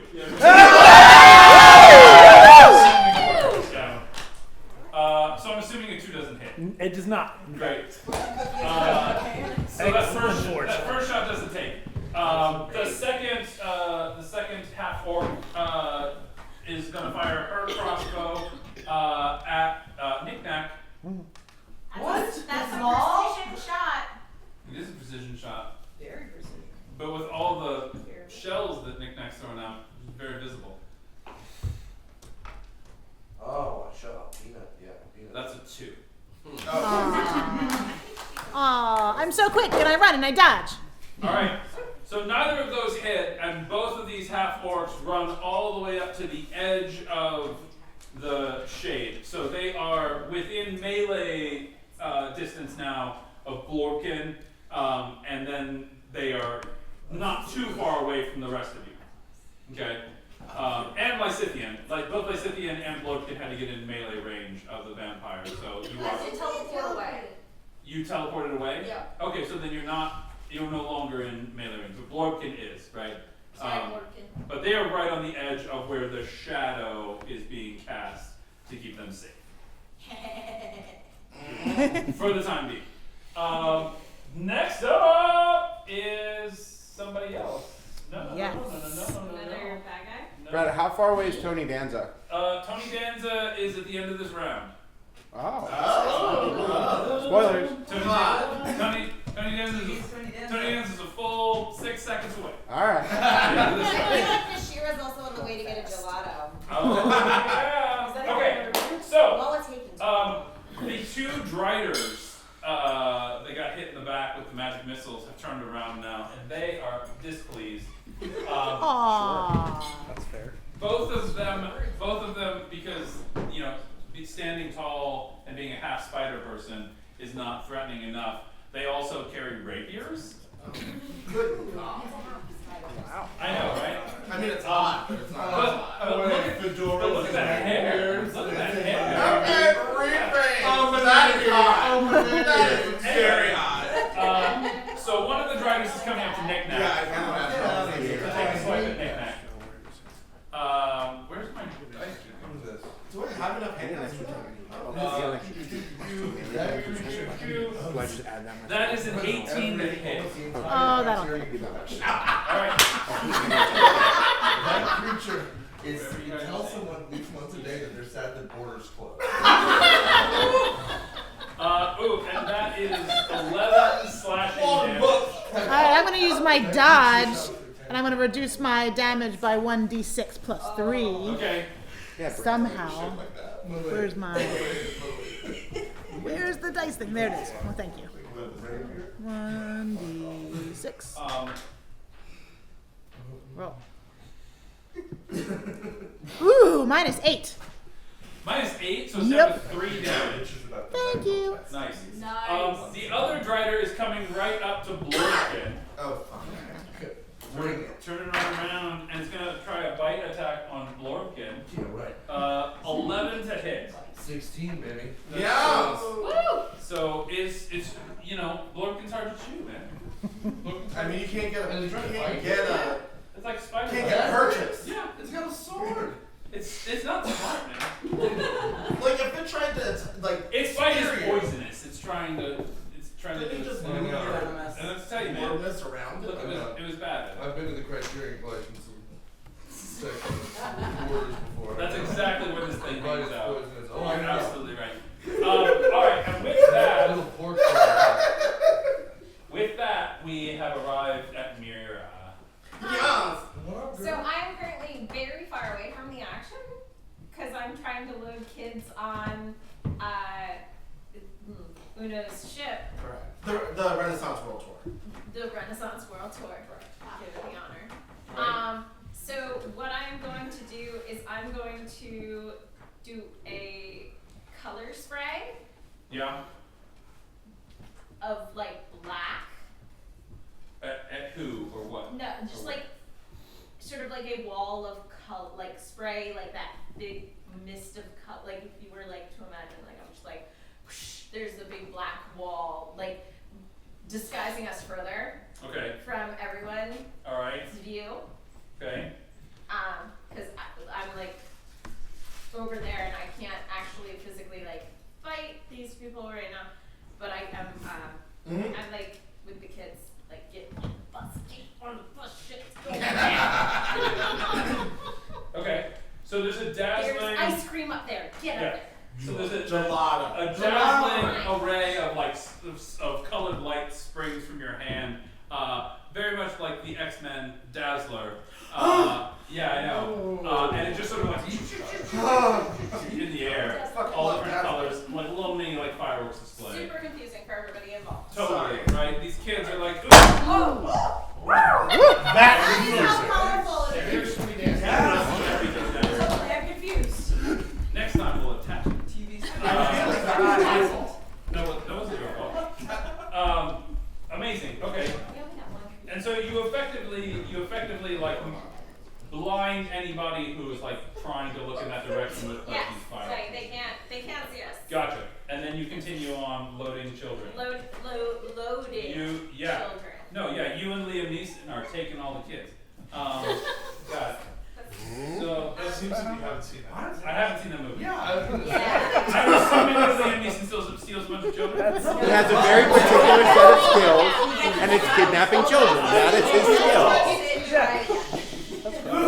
I'll let you never seen High Spirits. That's Rob Roy was Really? all right. I know exactly what you're talking I'm about. like full on like captain hooking these kids. That's what's happening. Okay, so you're in drag and playing in a book. Is Right, that that's what's happening. Like, Bob gonna have a baseball. Hoskins or Christopher Walken? We're gonna have a baseball game. or original animated? Oh no, what's that Bob Hoskins? All right. So it is now the CEO's turn.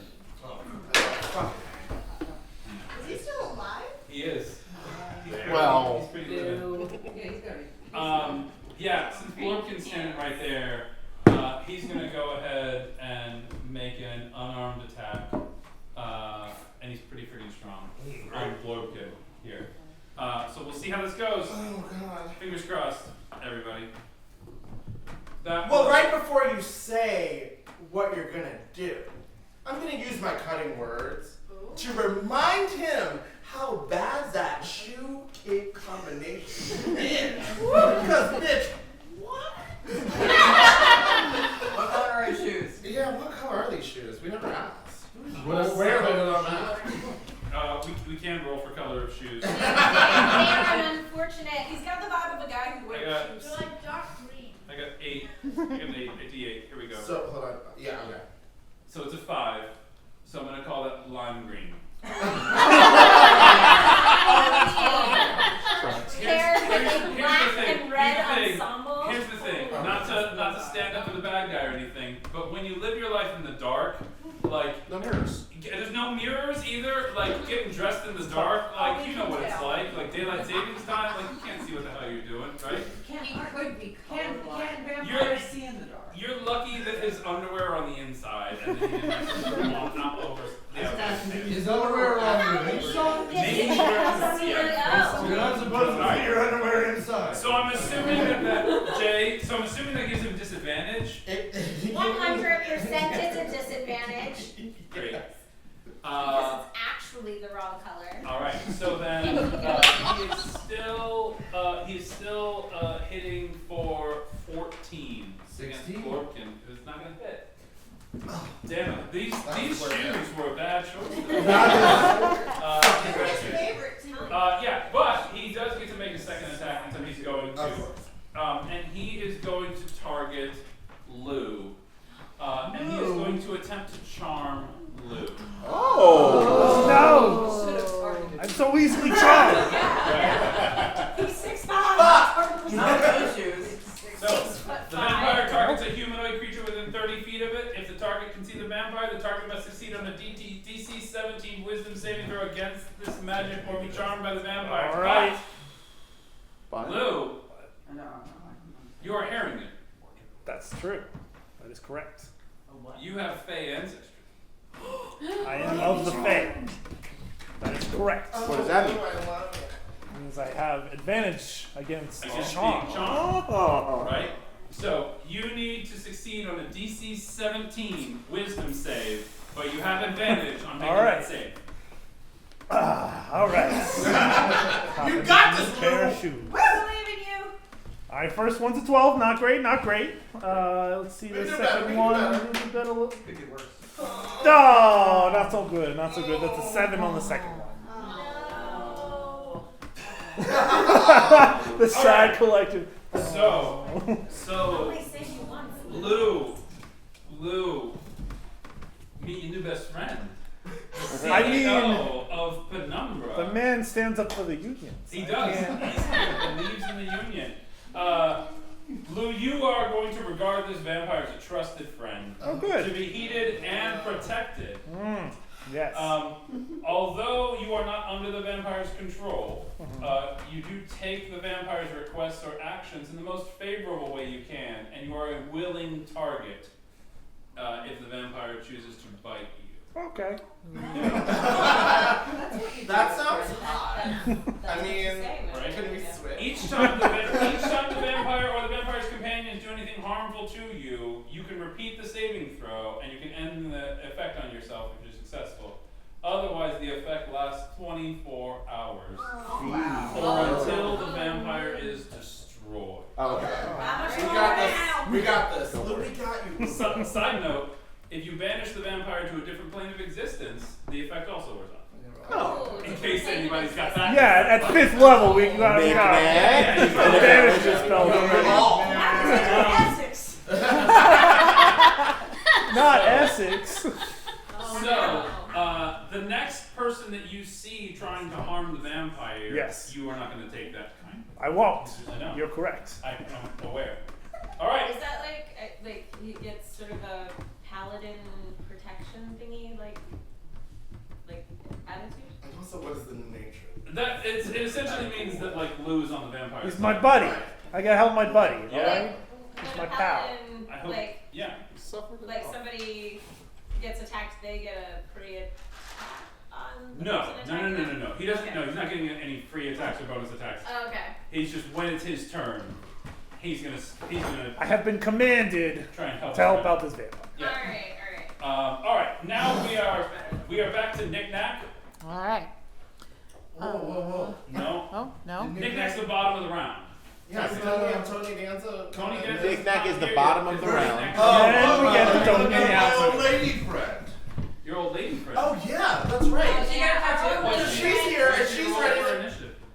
What was her initiative roll? It was Of your old lady friend. Roll initiative. Looks like it was 16. She should have gone a long time ago. 16. I just Your old lady friend. By your old lady friend, you must mean Aaliyah Oakbottom, who is a halfling cleric of Lythander, god of light. This is why you take old people to get tattoos. I'm going down on That's her. right. It looks great on their papery flesh. That's right. Aaliyah, in her Oak bottom. in her oak bottom state, she casts daylight. Lythander, god of light, and she says, "Oh, Lythander, you have served me well these many years, and I, your humble servant, am prepared to get your visage tattooed on my ass cheeks. Please On the grant oak your bottom. servants God. help in their time of need."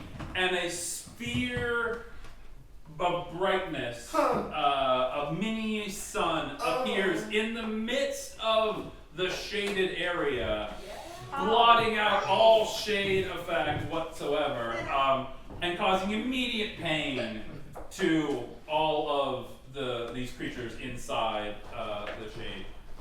There is now no rest for the wicked, as sunlight is everywhere. Do they get disadvantage rolls? They have disadvantage on pretty much everything. Good call forward. But they also take radiant damage at the top of their turns because they are in sunlight.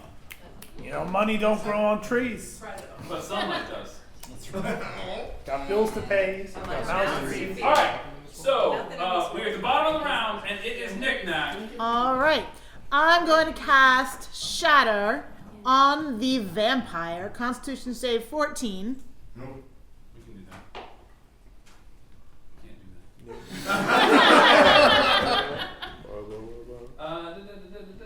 Come on, don't I have good stuff? Man. Oh, those shoes? No way. Yeah, those shoes. Bringing out those shoes. Shoes. Sorry. Those are ugly shoes. I got a 10. Take 16 damage. Damn. I'm going to quicken a spell and throw a witch bolt at him too. What? A witch bolt. A witch bullet. Sorry, the first amount of damage again.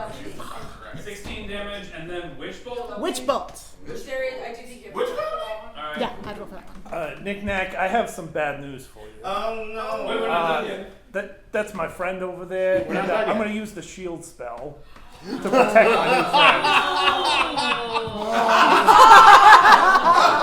There was a positive. So, increasing his armor class by 5. Holy So shit. fun. Okay. Here we go. Come on, D&D Beyond. That's not going to do it. 17. 17 to hit. Yeah. But I now have an armor class plus 5. You said. That's correct. That is the shield spell. My armor class is higher than that. I'm not gonna tell you. I'm afraid. But it's pretty freaking high. Hold on. How long is the shield gonna last, or is it just a one time? It's it's just the next until the start of your next turn. Got it. Okay. Cool. So you missed with witch bolt. All right. Is that everything you got? Yeah, but it gets to stay. I get to hit him every single time. Oh, It's good. All right. Yeah, Just gotta think about it a lot. I'm good. I'm thinking it's everything. She does. You got it. How far away from him am I? You're probably what, like you haven't moved in for melee at any point. So at this point you're probably like 15 to 20. Okay. Yeah. All right, I'm cool. Okay. Hey Lou, how long does your shield last? Till the start of my Till turn. the start of your turn or my turn? I think it's my turn. Okay. So at this point we reached the end of the first round of combat. That was 6 seconds, folks. That was 6 whole seconds. Longest 6 seconds of his life. And if there's anybody else who, happen to be traveling on their way here, now would be a good time for you to show up. Yeah, so I am in the atmosphere in my cab, Yeah. about to land. I want to do an investigation. I see, I can see kind of the melee happening on the ground. I'd like to do an investigation check to see which one of these fucks ruined my Sunday. And if I can tell who that is, I'm landing my taxi on them. There's 250 children. I thought they were in the cavern. No, they're in my cab. Wait, they're in my cab. So, no. So there's very clearly at this point there's a vampire and like these driders and then these like half orcs, like all the people who are very clearly not on your side. They are the ones who have ruined your Sunday. I'm landing the cab on that vampire. I will point out real quick that there is a sunshade that has extended from their ship, so you're effectively going to have to land on the edge of their ship in order to also land on them. It's parallel parking in New York, Tony. You got this. Tony, we're having a birthday party for a kid. Kill a vampire. I'll take those odds. I'll do that. So I'm going to need you to roll for me a Auto mechanic check. Yeah. Let's go. It's my favorite made-up check. Yep. Let's go!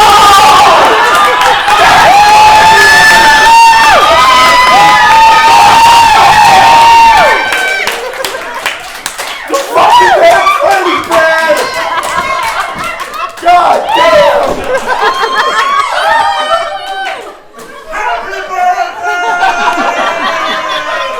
I'll put my shirt back on. I apologize. So it's Tony's turn. I got excited. You got I got excited. Never apologize for hulking out like that. That was startling, but awesome. Canonically, Tony has ruined his new suit. Absolutely. No, the jacket's still on. You just tore the undershirt. All right. So, Tony, you bring your taxi in for a landing. You navigate just very deftly in there. You manage to knock over both driders as you come in for a landing. And that's a spider type creature? Those are the big spider type creatures. Yeah, you hit them out of the way. They're knocked about 10 feet back, both of them. And you bring your cab right in and smash right alongside the CEO. I'm gonna need you roll me. Oh goodness gracious! Let's do this. Let's do this the only way I know how. Right? With a nat 20, I'm gonna ask you to roll me a D100. Okay. So here we go. Yep. Or you take. 10.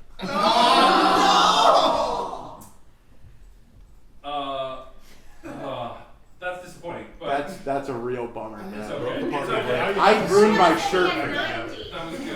That was good. So you smash these two driders out of the way, and you smack right into the CEO, pitting him up against the side of his ship. And you do 10 bludgeoning damage to him in the process. But he is also restrained now in between your cab and his ship. I'll take that. Great. Great. Listen to that golf clap. That's amazing. It's hard to follow up the natural.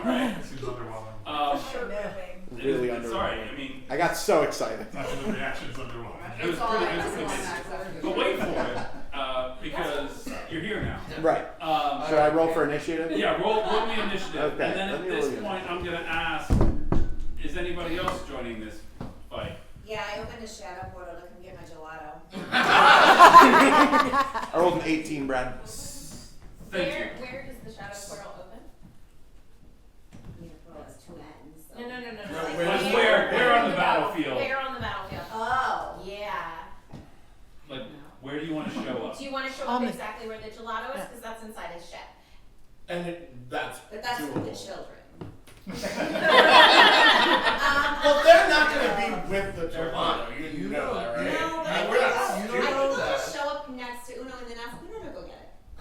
That sounds about right. So Uno, as you stand there in the middle of this fight, a literal black hole, right, like just materializes next to you. Its edges are just its edges like just cackle with like magic and sparks, but the interior is like a purple swirling void, right? And out of this purple swirling void steps Nashira, hungover and pissed off, and she asks you, Where's my gelato? Has she ever left the office? It's in the kitchen. Like, let's pretend you've never been on the ship before. Go in the kitchen and get gelato. No. I don't know what has gone on inside your ship. I'm not going in there. You don't want to know. Okay, there's a lot of kids in there. How long is this all right, portal so open?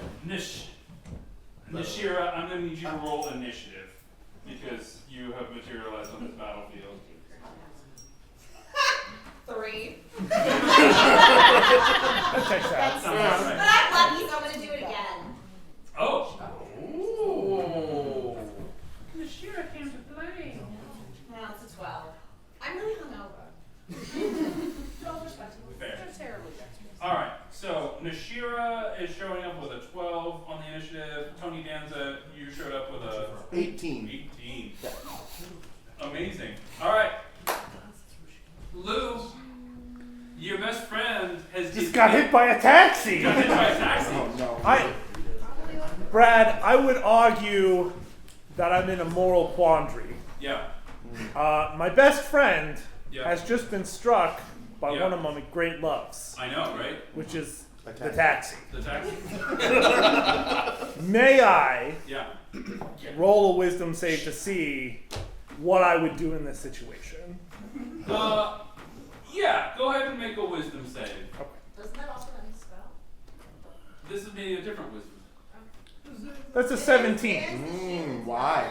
It's a 17, Brad. 17. Yeah, in this instance, I don't think you could possibly cause harm to the taxi.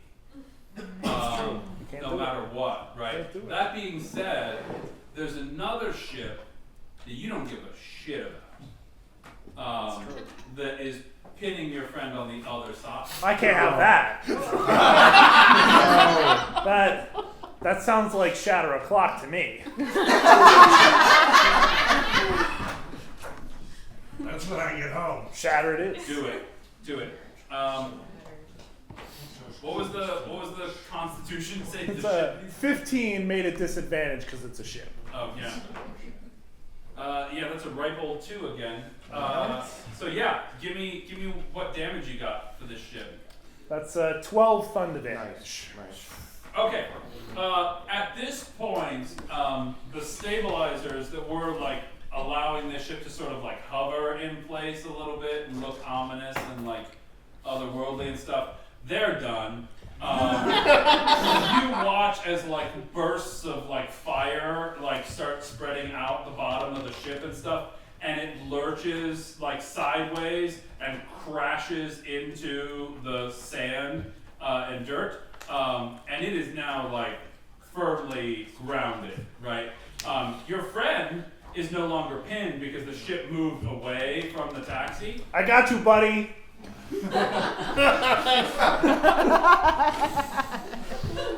Happy to help. Yeah, that ship is essentially out of commission. It's not going anywhere anytime soon. Perfect. And the vampire's free again. So everybody wins. Right? All right. Is that everything for you then?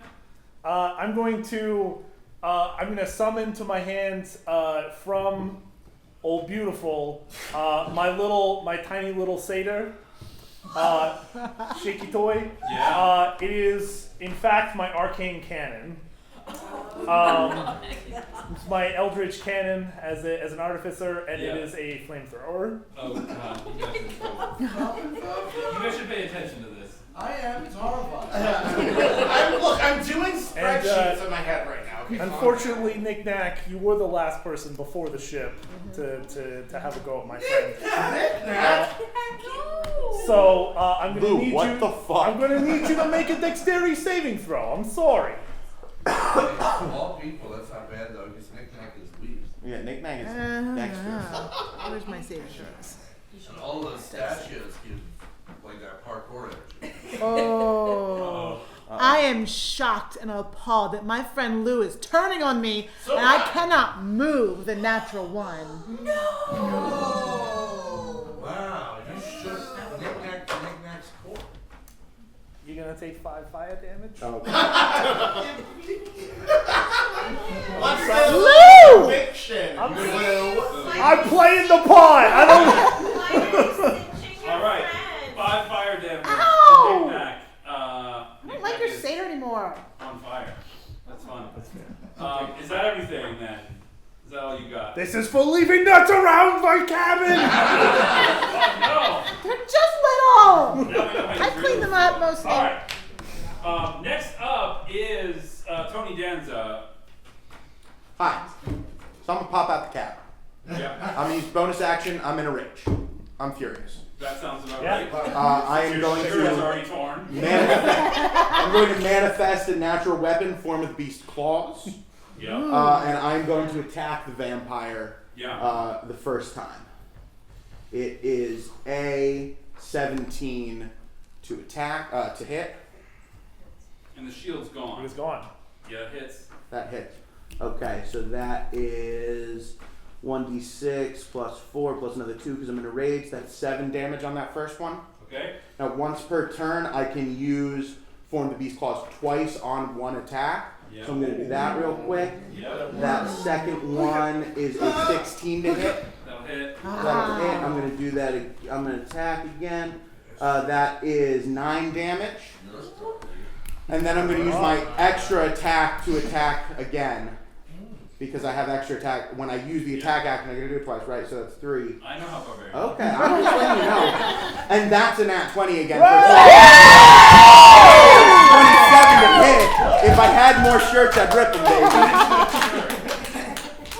Which means that's 2d6 plus 4 plus an extra 2 is 13 damage on that third one. Was that with double damage because it was a crit? Yes, yeah. Okay, so 13 total? Yes. I hate you. How is this vampire still alive? Vampires are hefty, man. I don't know what to tell you. They're But he is not looking well. I will tell you this, like, his cape is shredded. How are his shoes? His shoes are immaculate, which is really unfortunate.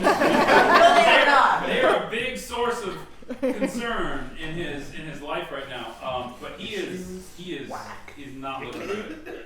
Tough He's roll not out looking there. good at all. Okay. All right. Is that everything for you? I'm going to end my turn there, yeah. Okay, great. So we're up to our twin 17s of Glorkin and Lysithian. All right, let's do it. No, sorry, you go ahead. No, I was going to say something, but go ahead. No, say what you're gonna No, say. you're good. No, If you're you're- No, you're fine. Alright.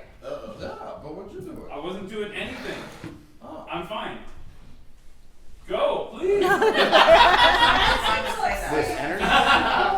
We spend more What's wrong with time you, trying- Daddy? That's not how someone who's fine would say I that. am going to do Eldritch Claw Tattoo.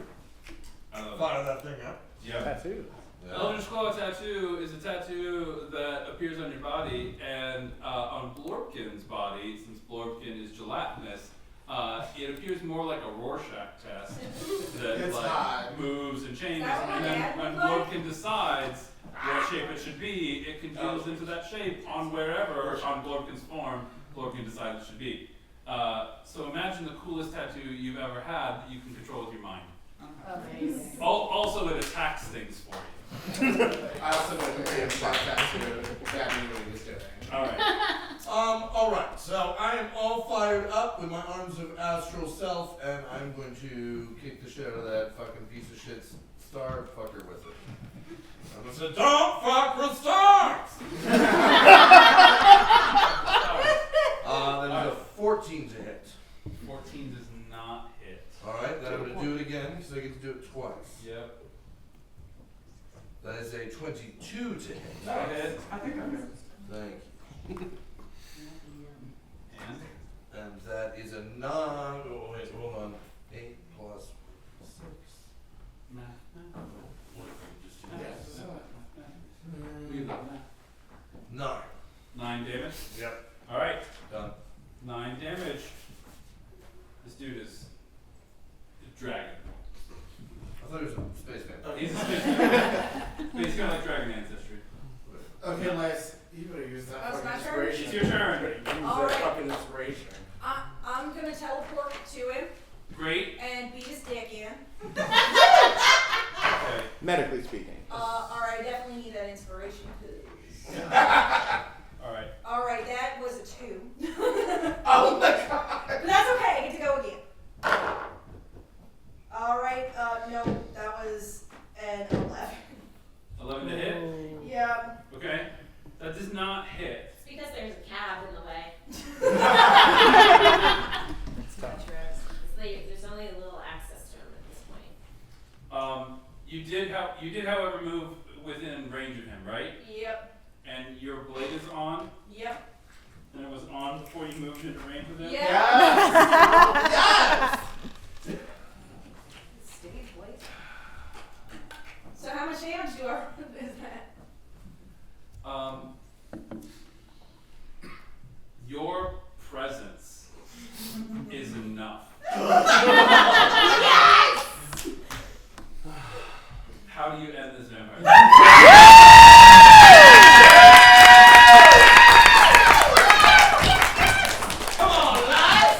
Alright, so I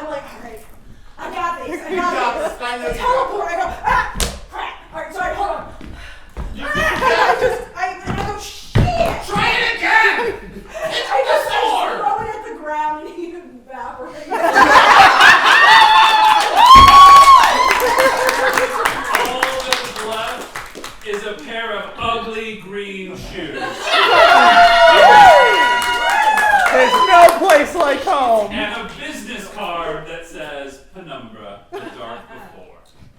I'm gonna take the shoes. I think you actually work them. Correct. Yeah. I I pick them up. I go, this is for the inspiration. Thank you. Upon the disintegration of the CEO, the Driders who have been knocked aside. First of all, Lou is back to his Lou self. Thank you. Lou has returned to us. Oh my God, I'm so sorry. The Driders see your clumsy, comical attempts at striking, and then somehow just mysteriously vaporizing their boss. Sends them into a fearful panic, and they run skittering off into the desert. Yeah, and don't come back. The two orc vampire women drop their crossbows and surrender to all of you, having no place to go. Now, I have a question. How hungry are these ladies? Define hungry for me. You mean okay, they're coming with me. And the children? You introduce yourself to them, and they introduce themselves back to you. Their names are Ruby and Scarlet. Oh my God. Ruby and Scarlet. We've already recruited one person in this room. No, I have a room for you, and I have a room for you. Come with us. Amazing. Bring them with us. They don't have a master anymore. I'm their master now. They do have hoods to shield them a little bit from the sunlight and stuff. So the fact that it is blazing sun out here and stuff like that, they're trying to moisturize and keep themselves. Oh, I got lotion in the cat. Vaporizing and stuff like that. I bet you do. Of course I have. Great. Why won't go in? She's good. She's good. With the destruction of their ship here, the disc in the sky has stopped moving and stopped attempting to cover the sun. However, it is still partially covered, so at some point somebody should probably go move that. But the impending night is not coming as it was. Now we can actually have a birthday party. Yeah, birthday party. Woo! We have to move the disc. Gelato party. There are 250 children and a shitload of gelato waiting all in your ship. On the Renaissance World Tour. I would like to point out, since the planet is no longer being destroyed, we don't really need to take them anywhere. No, that's why I said we just had a birthday. Really? Supplies. Right. But Anybody under the age of 20 get the fuck. So the elders of the clan come together. They sing your praises. They're so thrilled that you were able to assist them in this way. They erect tents and things like that. They bring out food and stuff like that, and they start to commence celebrations in your honor. Party time. All of the children leave your ship and they come out to begin the party and things like that as well. There's delicious food on offer. They don't get gelato though. What the hell do you get It's for us? It's for us. Yeah. I got gelato for I've got room for it. Wow. Do we still get paid? With that thought, the head of the clan walks up to you, and she does hand you a bag filled with coins. Oh yeah, it's all those Yeah. She says, "Thank you so very much. Here's a coin for every child that you saved today. We are forever in your debt and your service. The Planar Taxi Company. Stay as long as you'd like." Tony Danza has already left. Just a haircut. Well, wait, do they use these coins as currency? Absolutely. I didn't think so. Good job, boys. As a gesture of good faith to Nick Nack for my abhorrent behavior on the planet, I reach into my toolbox. And I and pull out one popsicle. Oh, Very sweet. I get to use this It's all yours. on a ship. You got it. Yes.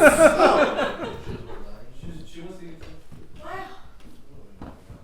I got to be in Europe today. That was real cool. Congratulations, kid. In addition, This is why I love what we do. in addition to the celebrations as they commence, you also have a new friend who happens to be a cleric of life ender.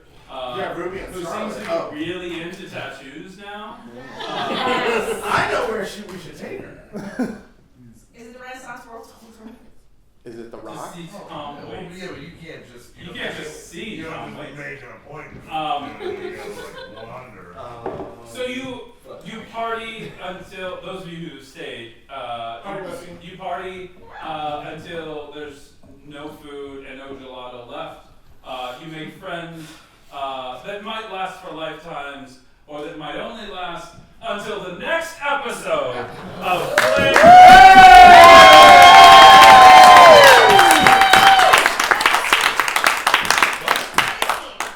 Bonus scene. What? What's the bonus scene? Well, weren't you prepping them?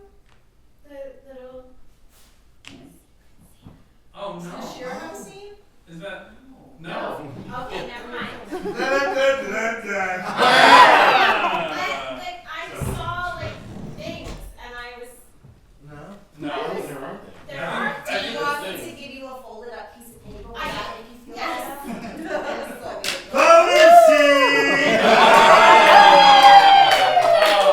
Join us in December as we explore the true meaning of whatever holiday we wind up celebrating in space. My outfit's gonna be so good. Outfits going to be amazing. And I've solemnly vowed to you now that if you come to December's episode, we will feed you. And you will also get to look at me. You also get to look at it, but mostly we'll feed you. Spread the word, you friend. Like literally, you don't. Thank you all so much for coming out tonight and for being a part of this. We look forward to seeing you again.